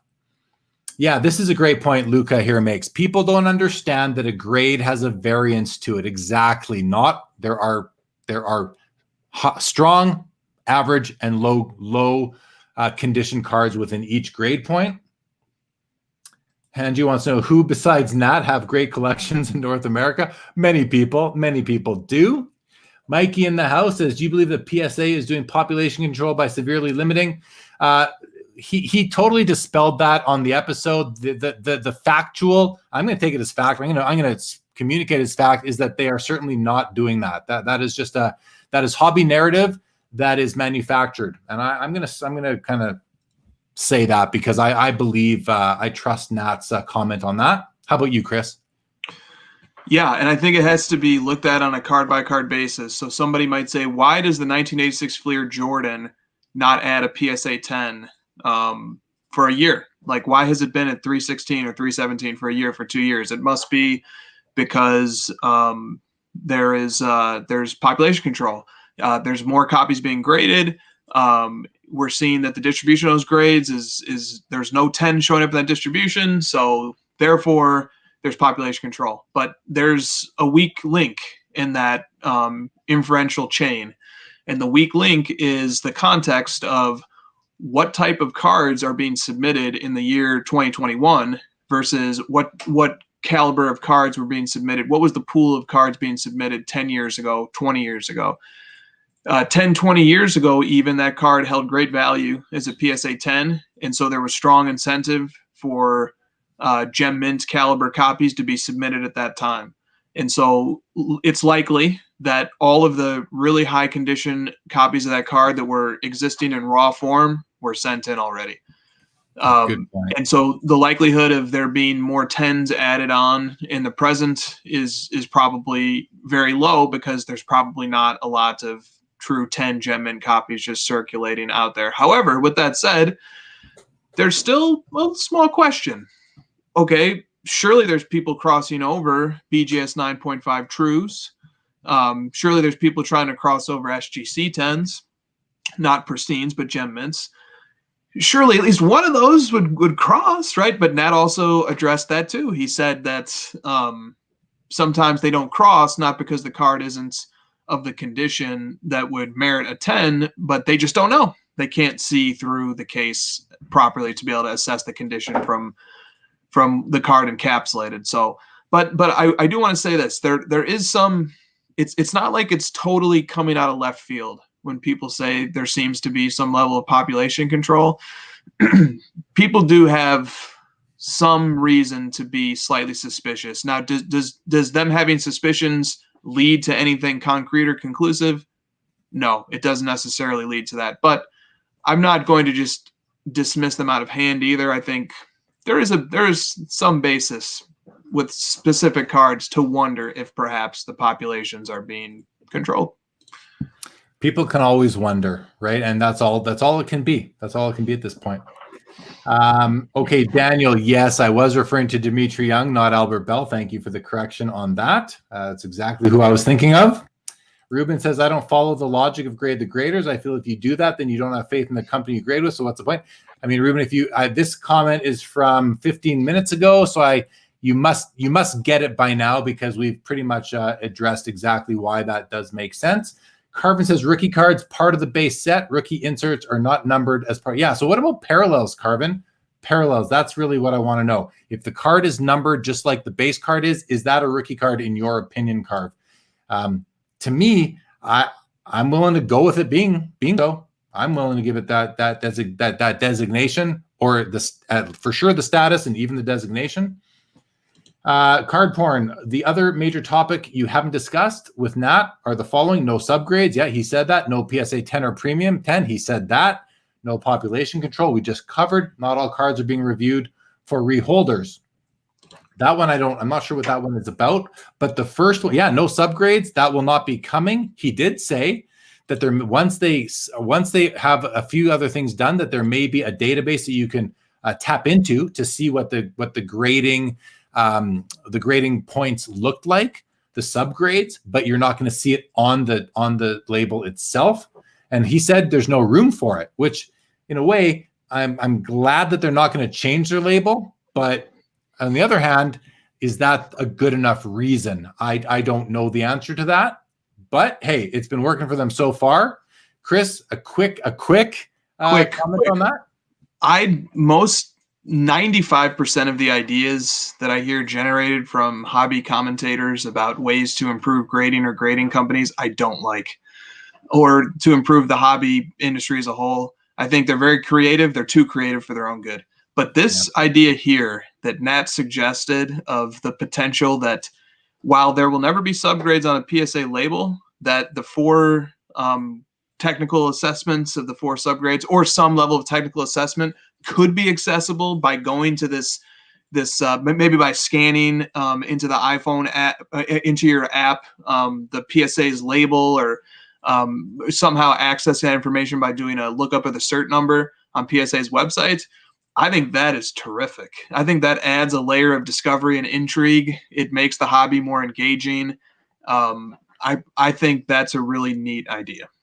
Yeah, I think it's an excellent idea, and I'll tell you, it'll likely be more than 4 criteria. I think they grade on like almost 20 altogether, from what I remember when I learned more about it back in the day. Manila Thrill lets me know Chris Sewell, collector, baseball card collector, investor, dealer, in that order. Yeah, I love his monotone presentation. The guy is just, I can listen to him Very much enjoy his channel. Yes, Mikey enjoys it too, for sure. Oh boy, we're lots of comment. Chris, if you need to roll it all, let me know. I can Okay. keep it going. You let me know when you want to get out of here. Okay, Carvin. Many people call the rookie inserts as rookie cards and RPAs. It's deceiving to true collectors. They hate rookie card logos. It's on everything, including inserts. It's deceiving. Okay, fair. You do Mikey says you do extraordinary work lives. It's hard to keep the energy up and be live consistently. Extraordinary work. Oh, thank you very much. Appreciate that. Tampa, exactly what I said. I think we're on the same page, you and I, tonight. Says a card is either gem. Oh, there we go. We are. Thank you. Mr. Wonderful. Chris, are you a believer in the chain reaction effect? How concerned are you that low card values will have the opposite effect? That's going to take too long. We're going to skip it. But thank you for the question, Mr. Wonderful. Kyle Brown. Chris, what's your favorite memory or moment from the crossover? I look forward to it every Friday night. Oh, that's a cool question. Do you have a favorite moment or memory from the show, The Crossover, that you guys do on Instagram Live on Friday nights? 5, 4, 3. My favorite moment is when Adam Lefkoe created the character Wash for Josh. And it's Josh's alter ego. And Josh will turn his hat backwards and become Wash. And then anything he says is attributable to Wash, not to Josh. That was probably my favorite moment. One of them. My favorite moment was the Josh Luber night that you guys had. I thoroughly enjoyed that. That was good episode that you guys did, for sure. Okay, yeah, all-time greats. Getting along well with Carvin. Rage says hot list are the movement numbers per player correct? I mean, I think it was their. Oh, is this a card ladder question or is this a Beckett question? You can clarify down the road if you want. Dream says it's also interesting that sports card investor. Oh, I was at that dinner. I love his channel, but feels he definitely gives investment advice. He does. I don't want to cause any controversy if there's any out there, but I will say I did listen and I was impressed when Jeff did say that they were doing the one thing and then they realized the implication it was having and they stopped doing that activity. I don't know the details of it, but I was glad to hear that Jeff and Sports Card Investor, who are relatively new to the, he started his channel not that long ago. Like he's had great progress with building up the channel and the brand, but I like that he is learning from his actions and kind of, if something isn't working or he doesn't like the effect it's having, that he's kind of changing it on the fly. I respected that comment that I heard him say at the dinner. It's late. Who's drinking? Just water for me. We're not going to give investment advice tonight, Angie Volkakis. But I saw that. Yeah, nice try. Try. But do appreciate it. Okay, we may start to wind down actually, but we've got Rage loves the 100-point scale. People hated the 100-point. They did hate it because there were the 10-point scale alternatives, which are easy to understand. But imagine if all we had was the 100-point scale. I think we would have, that it would be more challenging for the graders. They'd have to be a lot more detailed when they applied that final grade. But I think it would be better. I think the hobby might be, I don't know, better or worse. I just think it would be more accurate. I'll leave it at that. More accurate. And it would make it harder for the grader companies to have a job, because at that point you're grading within a much narrower grading band. So, okay, what else we got here, guys? I'm just going to see if there's anything else that was going to keep us going here. Tampa, I found it interesting in regards to the crossover grade and not being able to see it properly. That does make sense. That made sense to me as well. Yeah, I mean, there's no guessing about that. Like, No. What do you mean? You guess? No, that's if a grader doesn't see. This is why it's important to understand the fundamentals of grading, and why it's important to grading companies that the accuracy and the credibility of their technical assessment endures over time and is in full effect. So, if a grader feels like the thickness of the slab is preventing them from being able to make a quality assessment such that they might break the card out of the slab and discover a flaw that was not visible through the slab, which is entirely plausible. Take out a Beckett slab anytime you'd like and just look at it and tell me how confident you are that you can detect the possibility of any imperfection. I'm certainly not confident that I could do that. No. So I don't think there's any guessing about it. I think it's incredibly important to acknowledge the transparency there from PSA's end, from Nat's end in particular, that they're not willing to take a guess or to do guesswork. If they're unable to determine the grade of a card through the slab, then they're not going to do it. I think that deserves commendation. I do too. I think I completely do as well. Mr. Wonderful says pop controls on highly printed cards are bogus. PSA doesn't care, which I agree with. Why do they care what the pop on a commodity type card is? I could see why they may on a Wayne Gretzky rookie or an MJ, but on a on a common card, I don't think there's any point. But then Toa makes this comment: there's too much ambiguity in grading. I know Nat dispelled that, but when you have bulk graders like Elite Co 3 who've graded thousands of cards and see changes in grading, there is some smoke, right? It's a fair comment. It makes you, I think it makes you wonder, and it just makes you wonder. I'd like to pose that to someone from PSA, whether it's Nat or Steve Sloan or Joe Orlando, and see what their response to that would be. Definitely, yeah. Tampa was thinking of Elite Co, and I did watch Elite Co 3. I watched that video too. It didn't come to me. I didn't think of it during the episode, but now that does make sense. Peter says, "Can I speak a little more to the almost 20 criteria that PSA grades on?"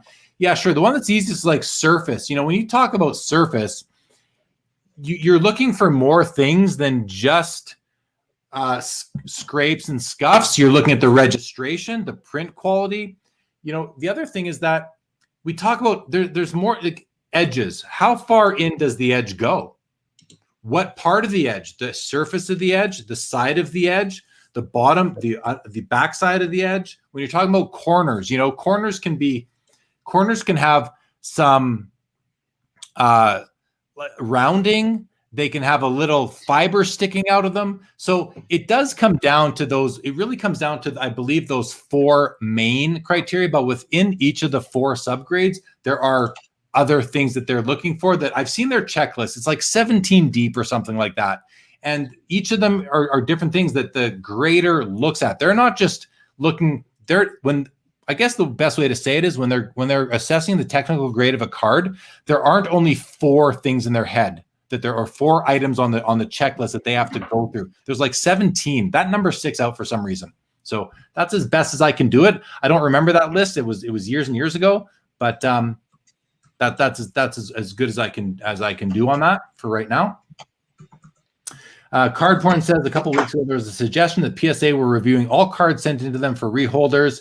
Nat said only slabs that look damaged are reviewed for regrade. Yeah, I heard that. That was dispelled that's been dispelled a couple times and makes sense to me. Let's see. Tampa says, Jeff, speaking of Wilson from Sports Card Investor, gets so much hate from uneducated or jealous people. I found that to be honorable when he said he stopped doing that because people were getting lazy and just going off his picks. I respected that comment as well. Okay, Carvin says, I'm okay with rookie card parallels, variations, Young Gun exclusive, high gloss, exquisite RPAs to jersey number and jersey number gold parallels, all designed to create possible higher value than. But are they RCs, Carvin? Do you give them the RC designation? That's the question I want to know. Triggerfinger is dying. Tips on info. Best places to find info on inserts besides Dave and Adams and the Cardboard Connection site. The insert game can be stressful to people who've been original. Okay, sorry, Triggerfinger. I saw this question a few times and I didn't understand it because it's so long for me to read, so I apologize. Chris, do you want to respond to Triggerfinger? This will be my shortest answer of the night. Old Beckett magazines. No matter what the sport is, baseball, hockey, football, basketball, old Beckett magazines, especially from the 90s, assuming that you're wanting to look at 90s inserts, those magazines have very nice checklists organized in beautiful ways, and they oftentimes include a picture of at least one of the cards from the set. That's a great place to start, and you can buy them on eBay. Thank you. And thank you, Trigger. Sorry for skipping over that a couple times. Here's a fun comment. Tyler says, my girlfriend said, you have to be up early and you're going to stay up late and watch 2 guys talk about cards. Well, so happy she went to bed. I've been waiting all day for this great show, guys. Thanks, Tyler. Say hi to your girlfriend for us. We're glad that she didn't give you too much flack for being with us tonight. Oh, let's see what Rock Latex says. 100-point scale wasn't really a 100-point scale. Yeah, 98s, 96s. Yeah, it was more like a 50-point scale or something like that. Fair enough. Mosaic Mind, unless machines are involved, it's impossible to eliminate subjectivity in grading. Yeah, I mean, it's human, and we just have to. That's just something we have to accept. There's human judgment, and it just is the way it is. Peter says, very interesting. Honestly, this has been a killer night for content, and that was fantastic. I love how engaged Chris has been for the debrief after the fact. Yeah, me too. Chris, I knew would be the best. Among, if not the best, pairing for the show. I love him using the word pairing. We use it with wine and food, and I'm not a wine drinker, but we use it with like pairing up. MK, not MK. Sorry, Sean, Victory Investments put out a post today for his LeBron and his Jordan auto jersey card, saying it's a great. The Kobe is a great. Sorry, the Kobe and Jordan. The Kobe is a great pairing for my MJ card. I'm enjoying the word pairing tonight when I'm talking about this. Josh makes a very, very astute observation. Ben Carlo. Props to Josh for holding on for this long, man. Still here. Glad to have you, Josh. Ben Carlo says, Chris, the House of Jordan starts to burn down. You can only save one of either your Jordan collection or your Luka. Which do you save, and why is it Luka? No using Christina in your answer. I think that's just funny. Ben, you answered it for me, bud. Tampa just makes reference to the annual Beckett magazine that comes out once a year, maybe for triggers. Question there. Carvin, why does terminology matter? I look at values to design these. I call them rookie card parallels and variations. If I have to decide to have RC logo or not, I would say RC logo it is. I'm not asking for the RC logo. I'm asking for let me just put it simply. Should Beckett give the rookie card designation? And I use Beckett because it's the one that we've been looking at for years on the RC designation. Should Beckett give the RC designation to the parallels? I think that maybe that's my question. Toa, I'm speaking of Beckett magazine. I'm trying to find a great copy of the #1 to get graded. Very cool. Daniel says 126 people here. We need another hour of the show, Jeremy. That was 2 minutes ago. Oh, we're finally catching up in the comments. Josh says, I'm just here so I won't get fined. Maybe he means fired. I'm not sure. Fined or fired? Both. No, he means fined. He's making a reference to Marshawn Lynch press conference, I believe. Oh, okay. Somebody. Okay. Fair enough. Oh, yeah, that was to trigger from Tampa. Thank you, guys. All right. Hey, we're at the bottom of the comments. First time. Chris, we're coming up on an hour and 50 minutes. Anything else that on your notes? We didn't get to a couple other topics. We don't need to, I don't think. I don't think we need to get the Babe Ruth collectible issue, unless you want to, unless you were hoping to. I just think some people don't fully understand how the valuation worked in that case. There was nothing wrong with the methodology of the valuation from a mathematical point of view. The idea that if 1% of the item sells for $60,000, then it implies that 100% of the item is $6 million. The math adds up. The confusion was surrounding perhaps a miscommunication that the item was purchased for $6 million, when in fact the official purchase price was private and was never disclosed and still has not been disclosed. And it has been revealed that there is no desire to disclose it by the buyer. But it also has been disclosed that the purchase price was more than $5.2 million. So there's some level of information out there, but not a ton. The question is, from the point of view of valuation, is it responsible and accurate to make the mathematically correct extrapolation that if you're able to sell 1% of an item into shares that value it at $60,000, does that truly imply that you could sell 100% of it at the price that would obtain a market cap of $6 million? That's an open question. I tend to think that, and Nat referred to this in his interview as well, I tend to think that allowing the owner of the card to retain 99% and fractionalizing 1% is a bit extreme. It's token. And that it's token. Yeah. Yeah. So, and while the intention of fractional is good, and I think in fractional actually is filling in some of that grade and flip void. It's a new way to pump more money into the hobby ecosystem, which is good. I think fractional is doing a lot of good things, but to me, I think as close to 100% of a card as possible, if not 100%, should be fractionalized. That's because my point of view is wanting to know the true value of these items. And I think that's the closest that we're going to get to knowing the true value. Yeah, fair comments, and I'm gonna build on one of your things, one of the points you made, which is 1% enough to substantiate a $6 million value? To me, the answer is no. Now they might sell through that $60,000 in 5 seconds. My answer is still no. The reason is that if you even think about in the real world. And this is the real world. So let me rephrase. When it comes to, for example, a company gets taken private, like Collectors Universe did. In order for that company to get taken private, and I don't know the laws in both countries, but basically, unless the buyers, the Nat Turner group, are able to acquire 66 2/3% of all the outstanding shares, only at that point are the other 36% of the shareholders obligated without choice to sell their shares. They're just going to come out of their trading accounts one day, right? They have no option to keep them. They have no say. 66 2/3 has to be sold for that company to go private, for that $850 million valuation to actually be the number, to actually be of record.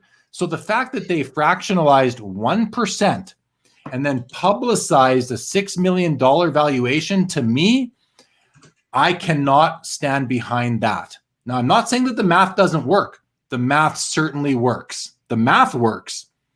But does it work? Does it work from a, I don't even know what the word is, but it just doesn't work from a smell test, a comfort level, credibility. Is it statistical? Is it a representative sample? Yeah, is it? And it isn't. It just isn't. It's 1%. No. It's a drop in the bucket. Like someone said here, Paul says, much ado about $60,000. It's like, it is much ado because the much ado isn't about 60. It's about $5,940,000. That's what the much ado is about, because that's the delta between what they actually monetized and what they are saying the value is. The much ado is about the complement to 60,000, which is $5,940,000. So to me, the valuation of $6 million, I can't accept it for myself. I'm not calling Collectible out.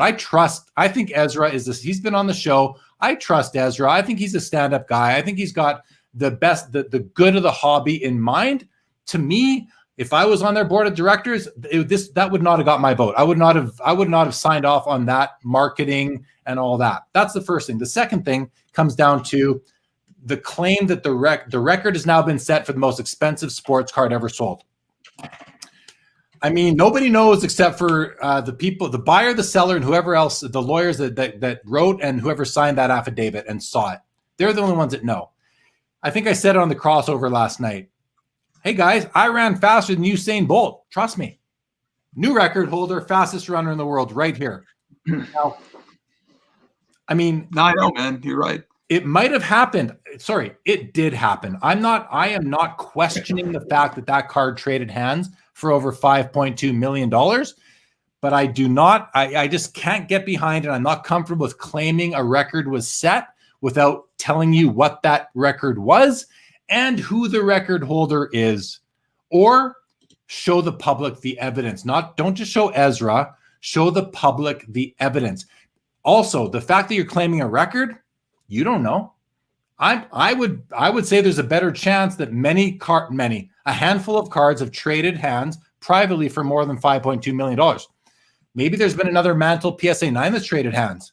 Maybe there's been a PSA 10 that's traded hands. Not everybody's out there talking. This guy doesn't want to be known. Collectible convinced him to bring it out. So I have issues with this thing all around. All that said, I am not questioning the integrity of Collectible. I am not questioning the amount that I trust Ezra and the Collectible team. I just can't get behind the rollout of the claiming of the record or the claiming that the card is valued at $6 million, even though the math adds up. You didn't monetize it. You monetized a paltry 1%. You said earlier that if you're going to fractionalize a card, you need to fractionalize like 100% of it. I don't even like the 51%. To me, because I understand a little bit about the capital markets, 66 2/3. That's the minimum. If you get to 66 2/3, Jeremy Lee is willing to give you the math on the 100%, the gross up. I think that's a very reasonable take, my friend, and well thought out. That's my take on that. So you look like, are you fading, Chris? I've never been stronger. You noted my night owl nature. You're right. I've never been stronger. I love it. Okay, let's run through the comments. We have some more here. Tampa says, I agree, it's extreme. I see pros and cons with it. Yeah, good night to Toa, who left us a few minutes ago, about 9 minutes ago. Good night to you, Toa. Thanks for joining if you are watching this later on. Let's see what, I haven't been reading the comments. Let's see what people have been responding with. Mosaic Mind says, if 100% of a card is fractionalized, how would you determine majority ownership? Okay, you don't need majority ownership. It just goes to a vote. Michael Busby says, Chris, is it bad to say I believe there's something not right about fractional sharing? I believe it's going to end bad. Maybe I just don't understand fractional sharing. Is it bad to say that you believe there's something? I'll take this first, Chris, to Daniel. I don't think it's bad to say that. I think you're entitled to your opinion. Nobody knows what the landscape of fractional is going to look like in 10 years, but I can tell you fractional ownership has existed for centuries, decades, if not centuries, as far as public companies goes, real estate goes, timeshare. If you ever heard of a timeshare, that's fractional ownership, right? Fractional ownership isn't new. I worked in the land bank. If you've heard of land banking business, it's usually pre-development land. It's a rampant business. So it works in a lot of things. I don't see why it doesn't work. It makes a lot of sense to me. And if I could invest in fractional ownership, all these companies would have some of my money. I would not stop collecting cards. I love my cards, but I would just put other money into a piece of a Mickey Mantle, a piece of a Babe Ruth. Chris, can you want to take it? Yeah, Daniel, nothing wrong at all with feeling apprehensive about any innovation introduced to the hobby, fractional or otherwise. The great philosopher, Enlightenment philosopher, this is how you know we're getting late. The great Enlightenment philosopher Edmund Burke is famous for popularizing the point of view that before you change something, make damn sure you're improving it. And I think that's a very healthy point of view to take when innovations are being introduced to the hobby. But the flip side of that coin is some innovations are introduced that do improve it. And if the record and the evidence over a sufficient period of time suggests that the hobby has improved as a result of that innovation, then at that time we acknowledge it. I think that fractional is very new, and there will be a learning curve. It's all brand new, uncharted territory. So we need to grow with that movement, grow with that innovation, and certainly learn from things that might not have been the best choice from the perspective of hindsight, which is always 20/20. So that's what I would say to that, Daniel. And I'll add to it. I think we also have to allow the good people, i.e. the good people at Collectible, to learn and get better and continuous improvement. That's, I think, what everybody strives for in life and business. We're always looking to be better at what we're doing. I'm trying to do better content. I added that new intro video. That's continuous improvement. I think we all want to do that in our careers, in our relationships, in the hobby. We're always kind of tweaking how we collect, maybe selling off a card here, adding a new card there. So I'm willing to cut Collectible some slack here. I'm not against them. I just don't agree with the way this was rolled out, really any of it. But I'm willing to be tolerant, and I'm willing to encourage them to keep on trucking, keep on doing what they're doing, and just always strive for improvement. That's Let me throw. Hey? Oh, sorry. I'll finish quickly. The common saying, if it ain't broke, don't fix it. I like to say, if it ain't broke, find a way to make it better. You can always just improve. Go ahead, Chris.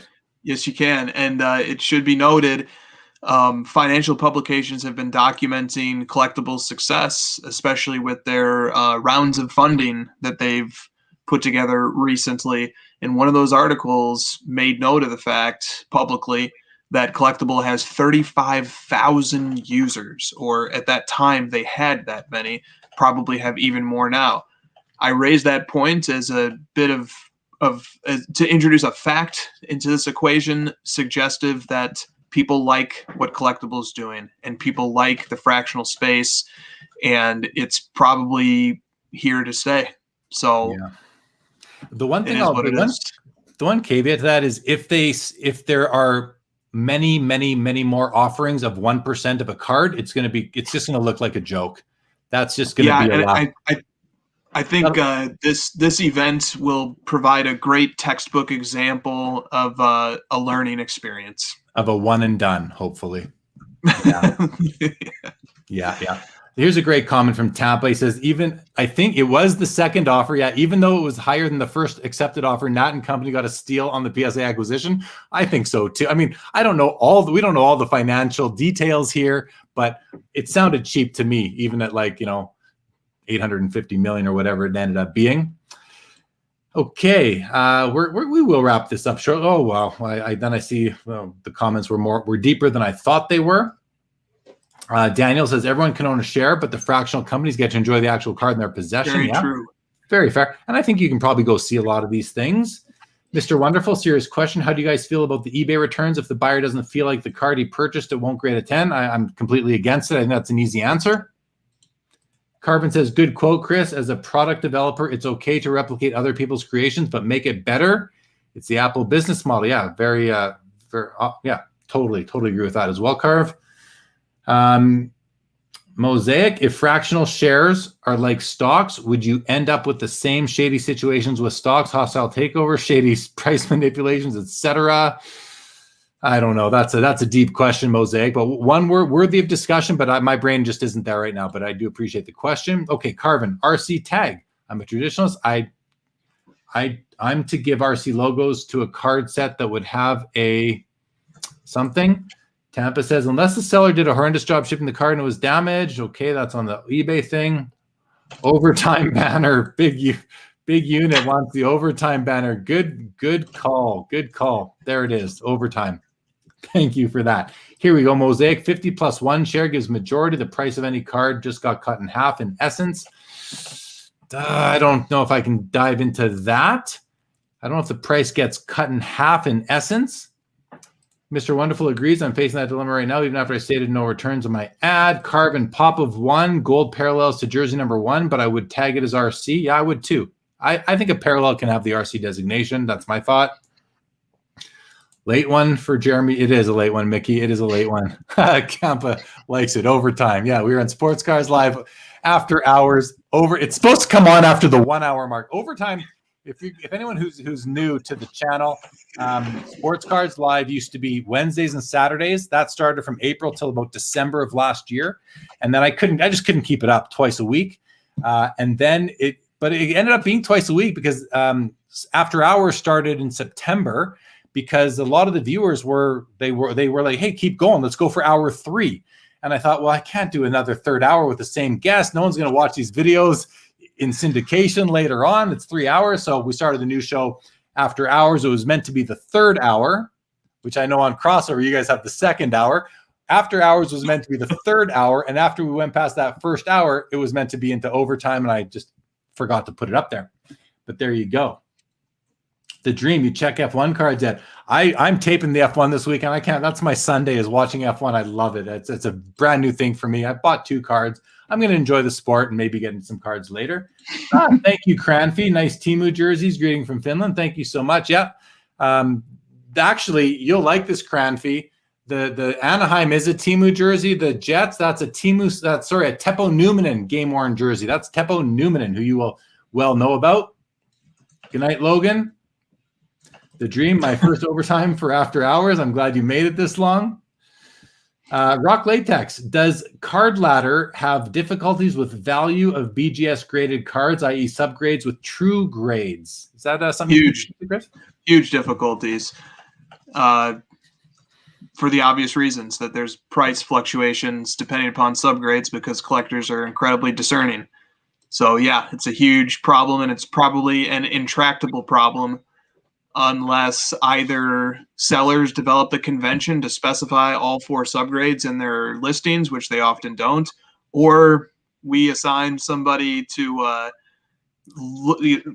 zoom in on every single BGS and write down the subgrades and then partition them into different brackets. And I don't think that's going to happen anytime soon. So for now, any BGS chart needs to be treated from the point of view that there's going to be variance based on subgrades.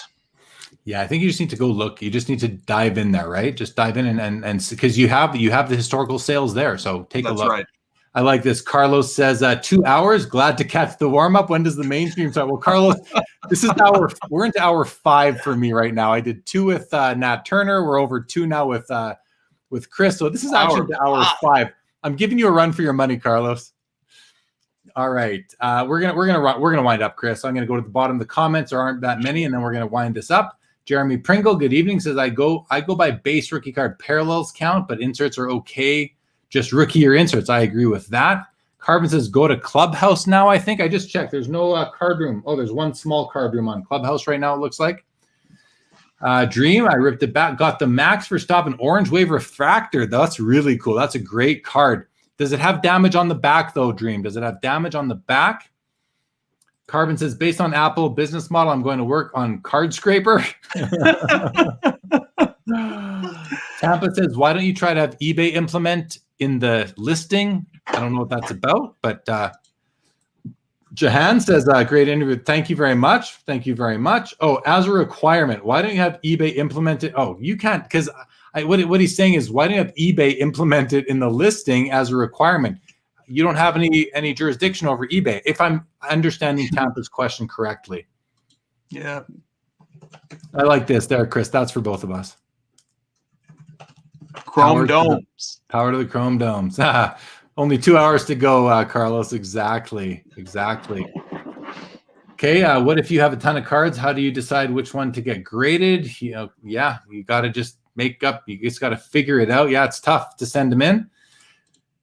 Abdul, you guys are awesome. Carvin, thanks for clarifying on the rookie card. Jeremy, congrats on show 100. What a journey. We appreciate all your dedicated work. Thank you and your family for all you do. Thank you. That's really nice of you, Abdul, or your partner. Have you seen some of the prices that Currency Project's custom? I mean, oh my God, man, that's incredible. That last one with was it Jordan and Patrick Ewing did over $900? I was the high bidder at $55 for a while. I think I even did 200 on it actually. Very impressive. Congratulations to those guys. Yeah, they're doing some beautiful, beautiful work. People don't like cards because they're a good investment. They're good investments because people like cards. That's from the crossover. The Dream says Starstock now accepts hockey, and they opened up more as well. They did, which is really cool. Looks clean on the back. Okay, good for you, because there were some of those numbered parallels in Topps F1 had issues on the back on the edge, towards the edge. So that's where you want to maybe look, but I hope you're fine, but just be careful with that. And yeah, because the orange waves are numbered. Tampa picked up the 95 gold Timu Refract. Chris, Timu Solani is my favorite athlete of all time. I just got to, so when anyone brings up Timu, we got to talk about with the refractor, with the coating still on. I'm glad you thought of me. That's awesome. That's awesome. Card porn. Hats off for Chris. To Chris for doing countless hours of data entry to make real comps possible. He might have long answers, but that's because he doesn't speak to people during the day, so he needs to catch up. Nailed it. Good. That's good. I'm going to use that. That's my excuse from now on. Thank you. There you go. Well said. Card porn. We got another bald Facebook user right there. Mosaic says, I'm not against fractional. I'm just being an ornery devil's advocate. Hey, we're having a good conversation. Don't mind it at all. Colin Murray says, more Americans need to start enjoying hockey cards. Too many industry guys have 2 to 3 cards. Vintage baby. I know. I'm with you. I'm with you, Colin. I'm with you. And Name. Good evening, Name. I hadn't even realized you were at episode 100. Congrats, Jeremy. Hello, Chris. Josh. All right, Jeremy, boot this dude. He's slacking on his card ladder work. There you go. Oh, no, I'm the one getting fined or fired. Yeah. Well, that's the last comment. So yeah, we're going to wrap it up, guys. So again, thank you, Chris, for joining me on sort of last minute. I wasn't sure what I was going to do with tonight's after hours until like late last night. So thank you for coming on short notice. I appreciate it. Appreciate all your insights. Appreciate all your well thought out responses. Thank you to the chat on fire tonight on both episodes. Appreciate all you guys. Thank you, Mosaic Mind. Appreciate that. Appreciate the comment. And yeah, I think thank you, Foul Fireball. Thank you, Mike Wick. Thank you, The Dream. Hockey Rise is coming. Disney just bought back the Mighty Ducks in time for ABC. Thank you, ZS420 Cam. Wow. Okay. Thank you, Big Unit. I want to thank you guys. Have a good night, Tampa. You were really active. Really enjoyed your participation this evening, along with you, Triggerfinger, and everybody. I don't want to leave anybody out. We appreciate all you guys tonight. Thank you for subscribing. If you're a new viewer to this channel tonight, I do appreciate that. Thanks, Chris, for attracting people to Sports Cards Live tonight. Another thank you to Nat from earlier. Back next week for Ladies Night on Sports Cards Live, everybody. Thank you, Dream. Much appreciate your participation this evening, guys. Give the subscribe. If you want to follow me, we've had Chris streaming along the bottom now. If you want to follow me on my socials, everybody, there they are.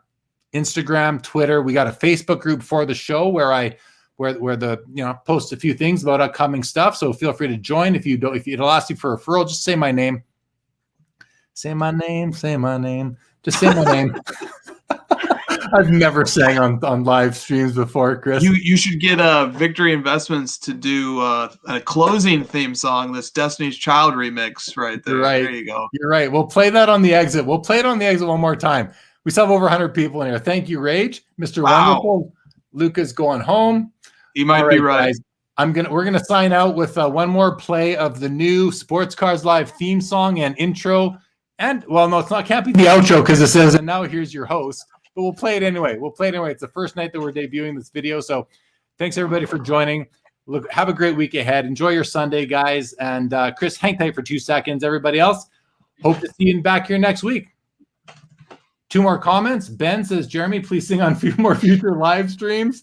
And Trigger says, I must be tired if I'm singing to us. You're right. You're right, guys. Okay, please no more comments. I want to watch who's going to come in. Here goes the video. Good night, everybody. Thanks again. Sports cards is a lifestyle. Sports cards and we live now. Jeremy Lee in the building and every guest that you ever needed. Sports cards after hours keep the hobby heated. Updates, hobby talk like you never seen it. Sports cards live and none could ever beat it. Sports cards is a lifestyle. Sports cards and we live now. Welcome to another episode of Sports Cards Live with your host, Jeremy Lee.